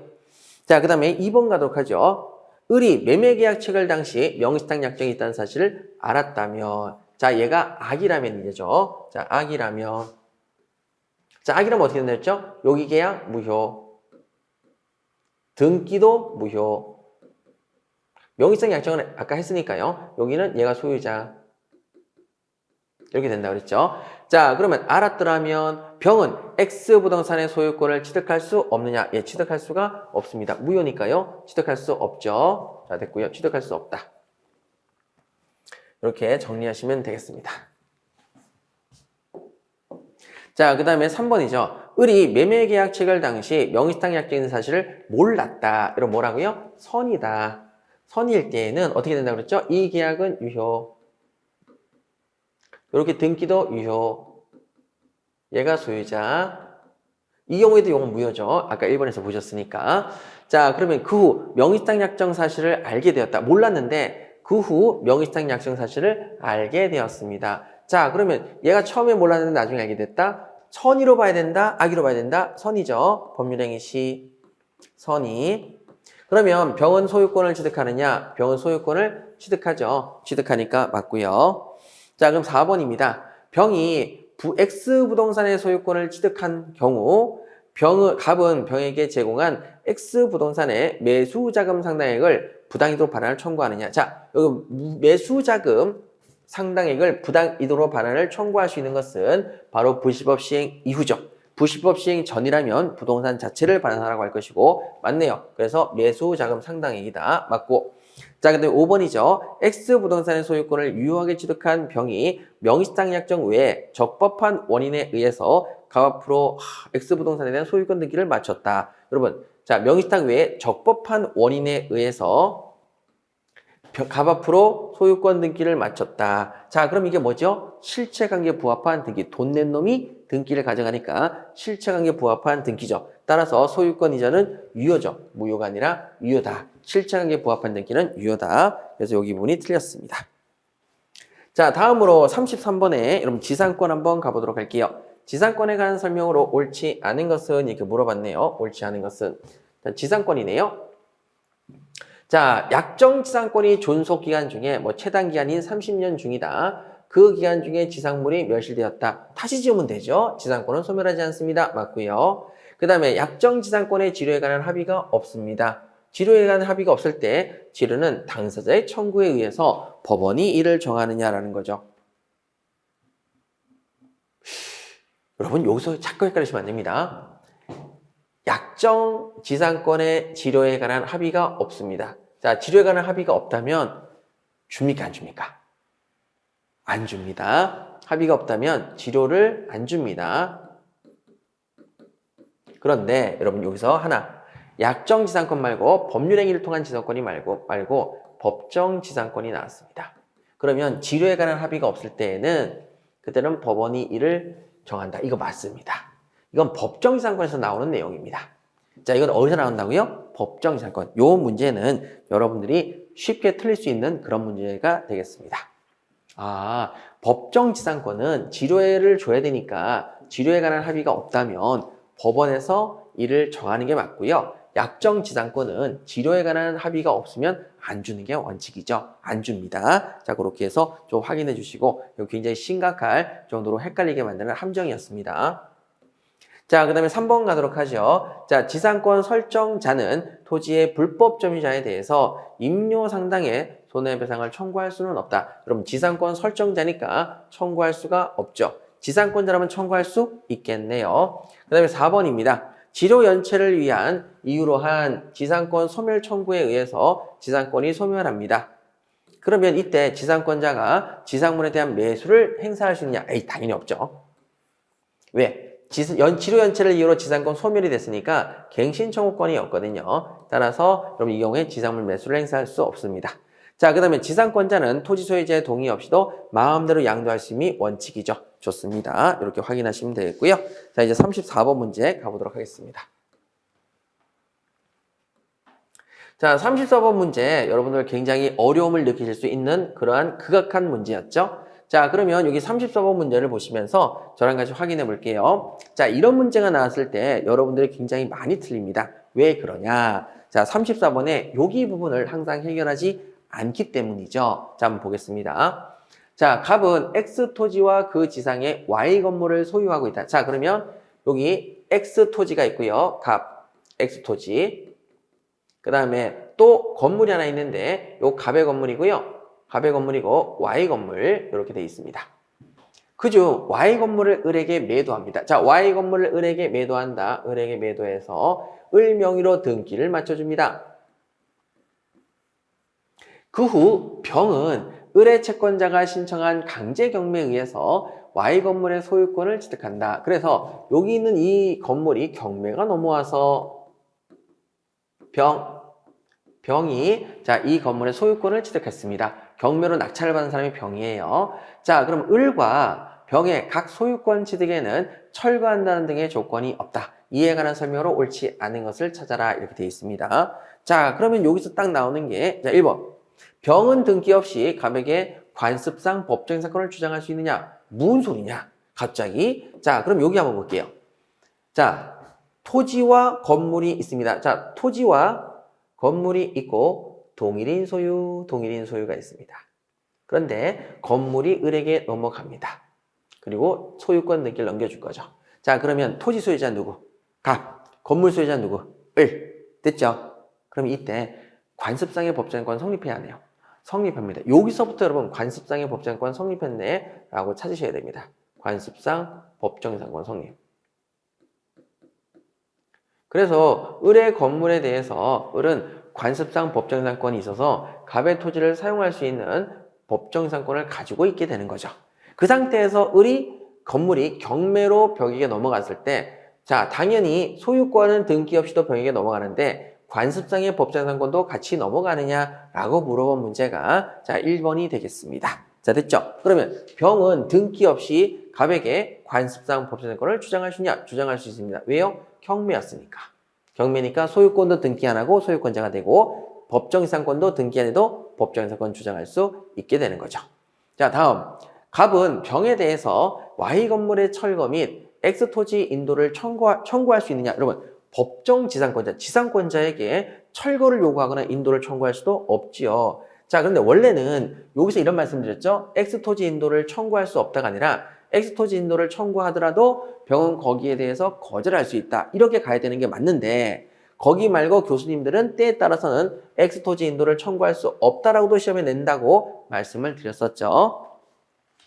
자, 그럼 3번입니다. 병은 Y 건물을 개축한 때에도 갑에게 관습상 법정권을 주장할 수가 있느냐. 자, 여러분 Y 건물은 뭐예요? 개축. 자, 그럼 Y 건물이 계속 성질을 유지하기 때문에 증축 개축을 하든 모두 관습상의 법정권을 주장할 수가 있지요. 자, 됐습니다. 자, 그다음 4번. 갑은 법정상권에 관한 지료가 결정되지 않았습니다. 자, 결정되지 않았으면 안 줍니까? 줘야 됩니까? 줘야 되는데 결정이 되지 않았네요. 2년 이상의 지료연체의 지급을 이유로 지상권 소멸을 청구하시느냐. 아, 여러분 지료가 결정되지 않았더라도 지료는 줘야 되는데 액수가 결정이 안 됐으니까 2년 연체가 나올 수가 없는 거죠. 그래서 지상권 소멸을 청구할 수는 없습니다. 주긴 줘야 되는데 안 결정됐다. 그럼 결정이 될 때까지 기다려야 되는 거고 그때 2년이 지났다. 지상권 소멸을 청구할 수 없는 것이죠. 자, 그 다음에 5번입니다. 만일이 나왔습니다. 자, 사실관계를 바꾸겠다는 얘기죠. 병이 관습상 법정상권을 등기하지 않고 Y 건물만을 정에게 양도했다. 자, 지금 없었던 사례가 생겼죠. 법정상권 등기 안 하고 Y 건물만을 정에게 양도했을 때 정은 갑에게 관습상 법정상권을 주장할 수가 있느냐? 여러분, 등기를 안 했는데 어떻게 대항하겠습니까? 그래서 주장할 수 없다. 그래서 맞는 지문이 되겠네요. 자, 이렇게 확인하시면 되겠고요. 그래서 정답은 몇 번이냐? 여기 나와 있는 4번 확인해 주시면 되겠습니다. 여기서 신경 쓰셔야 될 것은 갑에게서 을로 넘어가는 순간에 뭐가 성립이 돼버렸다? 관습상 법정상권이 성립되었다. 이렇게 꼭 좀 기억해 주시면 되겠습니다. 자, 다음으로 우리 35번에 죄송합니다. 이게 제가 문제풀이 할 때 칠판을 이렇게 잘 안 써버릇하니까 제가 조금 어색하네요. 자, 35번 지역권에 관한 설명으로 옳지 않은 것은 이라고 얘기했네요. 자, 지역권에 관한 설명으로 옳지 않습니다. 자, 무상의 지역권 설정도 가능하냐? 여기 무슨 뜻이죠? 지역권은 지료가 성립 요건이 아닙니다. 그래서 무상의 지역권 설정도 가능하죠. 가능. 자, 유역지의 불법 점유자는 지역권을 시효 취득할 수 없냐? 아유, 불법 점유자가 어떻게 시효 취득하겠어요? 할 수 없겠죠. 3번 지역권자가 지역권을 시효 취득한 경우에 승역지 소유자가 입은 손해를 보상할 필요가 없느냐라는 거죠. 여러분, 법률의 규정에 의해서 시효 취득을 했다. 그러면 법률의 규정이기 때문에 보상해준다, 안 해준다? 보상해준다. 보상할 필요가 없다가 아니라 보상해줘야 되겠죠. 없다, X. 그런데 여러분, 이거랑 제가 주의하자고 그랬죠. 최종 정리 강의 때도 말씀을 드렸는데 점유 취득 시효에 의한 소유권 이전 등기 청구권이 발생했고 등기를 넘기는 순간 그때 그 사람은 자기 소유가 되니까 소급해서 자기 소유가 되니까 보상을 해줄 필요가 없었죠. 부당이득 반환할 필요도 없었죠. 하지만 지역권은 소급해서 옛날부터 남의 땅을 쓸 수 있는 권리가 있던 것이 될 뿐이니까 남의 땅을 소급해서 썼으니까 당연히 그 경우에 보상을 해준다 안 해준다? 해준다. 이렇게까지 꼭 구별하자고 말씀을 드렸고요. 자, 그 다음에 이제 4번입니다. 지역권자는 승역지의 점유를 침탈한 제3자를 상대로 지역권에 기초해서 자, 제3자가 나왔고 지역권 나왔으면 꼭 물어보는 게 이거죠. 반환 청구 된다 안 된다? 점유하지 않기 때문에 반환 청구를 할 수는 없다. 반환 청구는 안 된다. 확인하시면 되고 자, 그 다음에 5번. 요역지를 여러 사람이 공유하죠? 자, 여러 사람이 공유할 때에는 유리한 건 한 명만 생겨도 전원에게 효력이 생기고 불리한 건 전원에게 효력이 생겨야만 효력이 없어진다라는 거죠. 자, 그러면 지역권 취득기간의 중단입니다. 여러분, 지역권 취득기간의 중단. 소멸시효 중단이 아니라 취득할 수 있는데 중단됐다.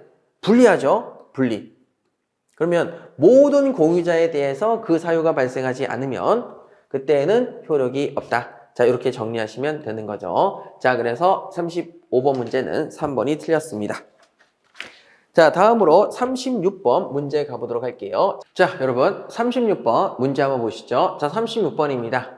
자, 갑이 을 소유 대지의 전세권을 취득했으니까 자, 을의 소유 대지고요. 자, 그럼 여기 토지 소유자가 을. 그 다음에 여기 위에다가 이렇게 갑이 전세권을 가지게 됐습니다. 전세권자가 됐는데 자, 그런데 거기에 취득한 후 병에 대한 채무의 담보로 전세권의 저당권을 설정해 주네요. 이렇게 해서 자, 저당권이 설정이 됩니다. 병에게 저당권 이렇게 되어 있는 거죠. 자, 이에 관한 설명으로 옳지 않은 것은 자, 옳지 않은 걸 찾아보겠습니다. 여러분, 자, 여기서 1번 문제를 보시면서 틀리시면 절대 안 돼요. 우리 기출문제로 나왔던 것이고 우리가 중점적으로 공부를 했으니까 자, 6개월로 계약을 체결했다. 그러면 6개월이 적용이 되면 됩니다. 하지만 건물의 경우에는 몇 년이 돼버리죠? 1년이 돼버립니다. 단기의 경우에 단기의 기간을 설정할 때에는 1년 미만이면 1년이 되는 건 건물만 되고 토지는 그대로 1년 미만으로 되죠. 그래서 여러분 존속기간을 6개월로 정할 수 있느냐? 예, 정할 수 있습니다. 정할 수 있죠. 왜? 토지 전세권이니까. 그 다음에 2번 여러분 저기 전세권의 경우에는 마음대로 양도나 전전세를 할 수가 있어요. 임대도 가능하고. 다만 설정행위에서 이를 금지할 수 있거든요. 금지하지 않았습니다. 알았다면 자, 그럼 전세권 존속기간 중에 병에게 전세권을 양도할 수 있냐? 전세권 양도가 가능합니다. 자, 이렇게 확인하시면 되겠고요. 그 다음에 3번이죠. 전세권 존속기간 중에 갑은 전세권을 보유한 채 전세금 반환 채권을 병에게 확정적으로 양도할 수는 없죠. 존속기간 중에는 전세권과 전세금 반환 청구권은 같이 맞물려 가죠. 그래서 양도할 수가 없습니다. 자, 그 다음에 4번이죠. 여러분 전세권의 갱신 없이 자, 갑의 전세권 존속기간이 만료되더라도 병원갑의 전세권 자체에 대해서 저당권을 실행할 수가 없다. 여러분 자, 여기서는요. 자, 여기 있는 앞에 있는 말 전혀 쓸데없고요.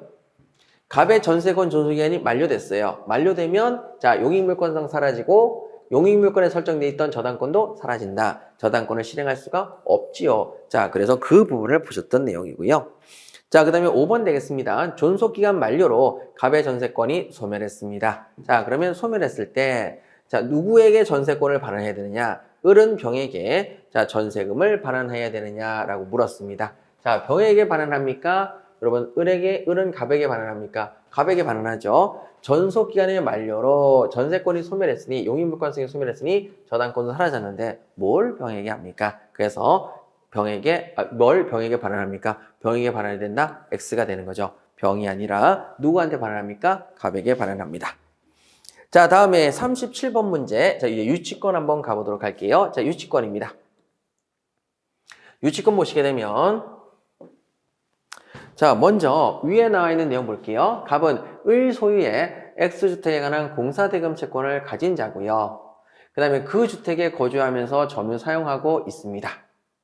자, 그럼 됐고, 공사대금 채권을 가진 자인데 그 주택에 거주하면서 점유 사용하고 있네요. 그 주택에 거주하면서 점유 사용하고 있다. 그러면 자, 그 다음에 설명으로 옳지 않은 것은 자, 나머지 문제를 한번 보도록 하겠습니다.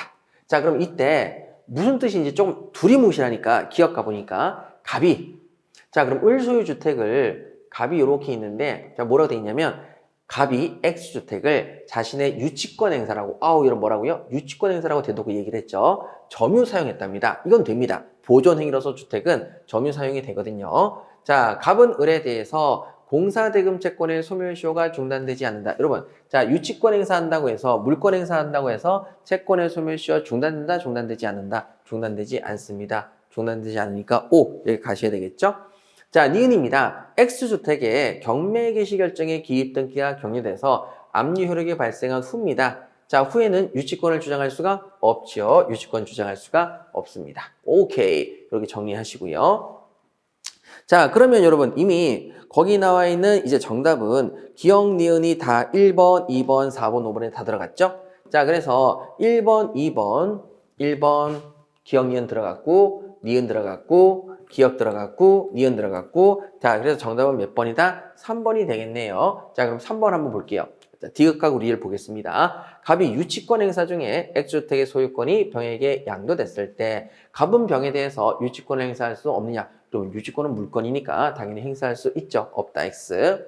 자, 만약입니다. 만약 사실관계가 달라진다는 거죠. X주택이 갑 자신의 재료와 노력으로 건축된 경우라 할지라도 유치권을 가지냐? 여러분, 자, 자신의 재료와 노력이니까 자기 물건이죠. 자기 물건의 유치권 말도 안 되는 거죠. 그래서 X 이렇게 확인하시면 되겠습니다. 자, 다음 38번 하고 39번 가도록 하겠습니다. 자, 38번이죠. 질권에 관한 설명으로 옳지 않은 것은, 자, 옳지 않은 것을 찾겠습니다. 자, 1번. 동산질권은 양도할 수 없는 물건을 목적으로 하지 못한다. 당연하죠. 총포, 도금류, 마약 이런 것들은 양도할 수 없는 물건이고 목적으로 할 수 없습니다. 맞고요. 그 다음에 채권질권의 설정자가 목적인 채권을 양도합니다. 채권을 양도할 때 다른 사람 동의를 얻을 필요가 없습니다. 저당권자가 저당권을 양도할 때 물상보증인 동의를 얻을 필요 없습니다. 그래서 우리가 어떻게 문제를 풀자고 그랬죠? 뭘 양도할 때 동의를 얻어야 된다? 무조건 틀리다. 동의를 필요로 하지 않습니다. 맞아요. 동의를 필요로 하지 않는다. 이렇게 바로 기억하시면 된다라고 얘기를 했었죠. 자, 그 다음에 3번입니다. 동산질권의 질권자는 설정자로 하여금 질물 점유하게 하지 못한다. 이게 여러분 뭐죠? 점유 개정은 하지 못한다. 맞습니다. 그 다음에 4번입니다. 금전 채무자가 채권자에게 담보물을 제공한 경우 채무자의 변제 등으로 인해서 피담보채권이 먼저 소멸되어야 질물의 반환을 청구할 수가 있느냐라는 거죠. 여러분, 자, 변제 등으로 피담보채권이 먼저 소멸되어야만 질물의 반환을 청구할 수 있다. 뭘 물어보는 거죠? 선변제 후 말소. 담보물권은 뭐라고 그랬죠? 선변제 후 말소. 그래서 선변제 후 말소니까 먼저 소멸되어야 반환을 청구할 수 있다. 선변제 후 말소를 말합니다. 맞네요.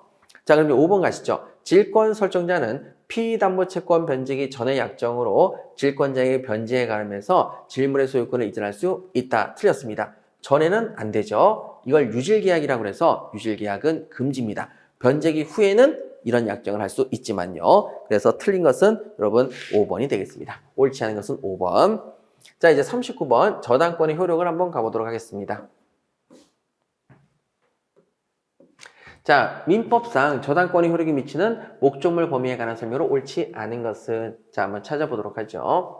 자, 먼저 경매 절차 매수인이 증축 부분의 소유권을 취득하기 위해서는 부합된 증축 부분이 경매 절차에서 경매 목적물로 평가되어야 하느냐? 평가될 필요가 없습니다. 평가되지 않아도 얼마든지 저당권의 효력이 미치죠. 왜 그러냐면 저당권의 설정이 10년 전에 됐는데 그 이후에 증축이 되었다. 당연히 평가 목적물로 되어 있지 않다 하더라도 당연히 평가 대상에 들어가야 되는 것이고, 그래서 자, 평가되어야 되는 것이고, 자, 그다음에 2번 건물의 증축 부분이 저당 목적물인 기존의 건물에 부합했습니다.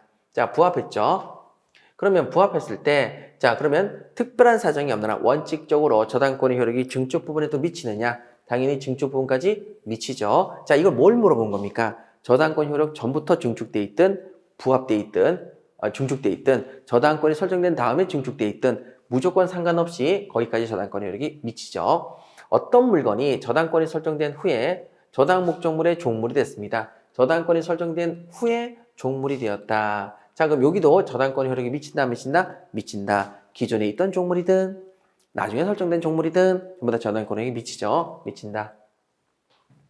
자, 그 다음에 4번이죠. 건물 소유를 목적으로 해서 그 토지를 임차한 사람이 그 건물의 저당권을 설정한 때에는 저당권의 효력은 그 건물의 소유를 목적으로 한 토지 임차권에도 미치죠. 자, 임차권도 모두 미칩니다. 다음 이제 다 공부하셨던 내용이고 그냥 거저 먹는 거고. 5번. 자, 저당 목적물이 건물에 대한 저당권자의 압류가 있으면 저당권 설정자의 건물 임차에 대한 차임채권에 저당권의 효력이 미친다에 맞죠. 그래서 이렇게 그냥 보시면 됩니다. 그래도 여러분 5번을 조금만 더 설명드릴까요? 그러면 자 보시죠. 저당 목적물인 건물에 저당권자의 압류가 있습니다. 그러면 왜 제가 이제 간단하게 말씀드렸는데 여러분 헷갈릴 수 있냐면은 뭘 물어본 문제인지 한번 볼게요. 저당 목적물인 건물입니다. 여기 건물이 있는데 여기 저당권이 이렇게 설정이 돼 있대요. 저당권. 자 그러면 여러분 여기서 뭘 물어보냐면 차임채권을 물어봤습니다. 차임채권이 나오면 뭐가 나와야 돼요? 법정과실이요. 자 법정과실은 누가 가집니까? 저당권 설정자, 즉 건물의 소유자가 가집니다. 그런데 저당권자가 언제? 압류한 이후부터는 과실을 수취할 수 있지요. 그래서 자 보시니까 저당권자의 압류가 있으면 이게 뭡니까? 법정과실에 누구한테 기속되느냐? 압류 이후부터는 누구한테 기속되느냐? 저당권자에게 기속된다. 저당권자의 압류가 있으면 차임채권의 저당권 효력이 미친다, 안 미친다? 미친다. 그 부분입니다. 그래서 여기는 종물, 여기는 부합물, 여기는 뭐가 나왔습니까? 과실까지 이렇게 해서 저당의 과실까지 쭉 연결되어 있네요. 자, 확인해 주시면 되겠고요. 그 다음에 여러분 여기 4번은 그럼 뭡니까? 주된 권리, 종된 권리 이론이 똑같이 유추적용된다. 주물과 종물 이론에 유추적용된다. 자, 이런 식으로 보시면 충분하시겠습니다. 자, 마지막으로 40번 문제 풀어보도록 하겠습니다. 자, 40번 문제 보시게 되면 근저당에 관한 설명으로 옳은 것은 하고 물었습니다. 자, 근저당으로 옳은 것은 자, 일단 저당권과 달리 근저당권은 꼭 뭐를 써야 되겠습니까? 채권 최고액을 정해서 등기해야 되겠습니다. 맞아요. 끝이네요. 예, 맞습니다. 이게 맞는 지문이고요. 채권 최고액을 정해야 되고 자, 그 다음에 2번 피담보채무의 이자는 채권 최고액에 포함됩니다. 제외되지 않죠.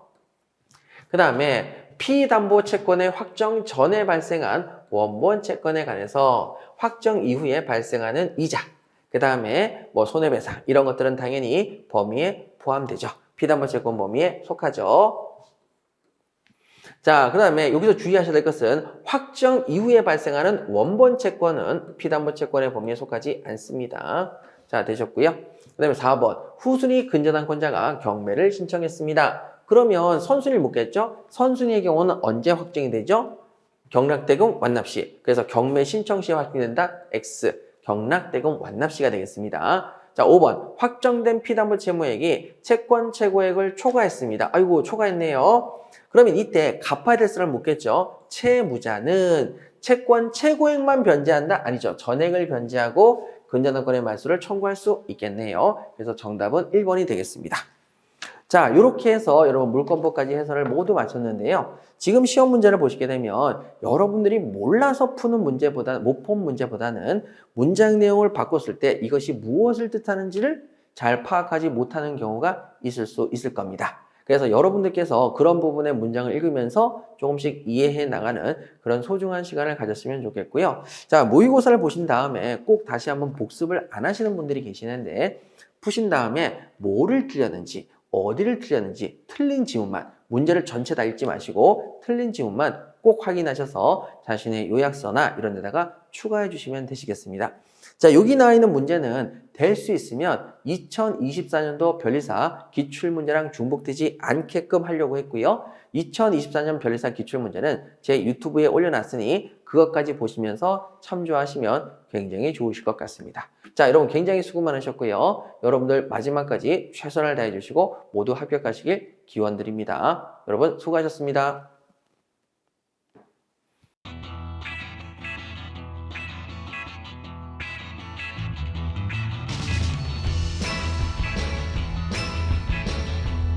어떻게? How fast?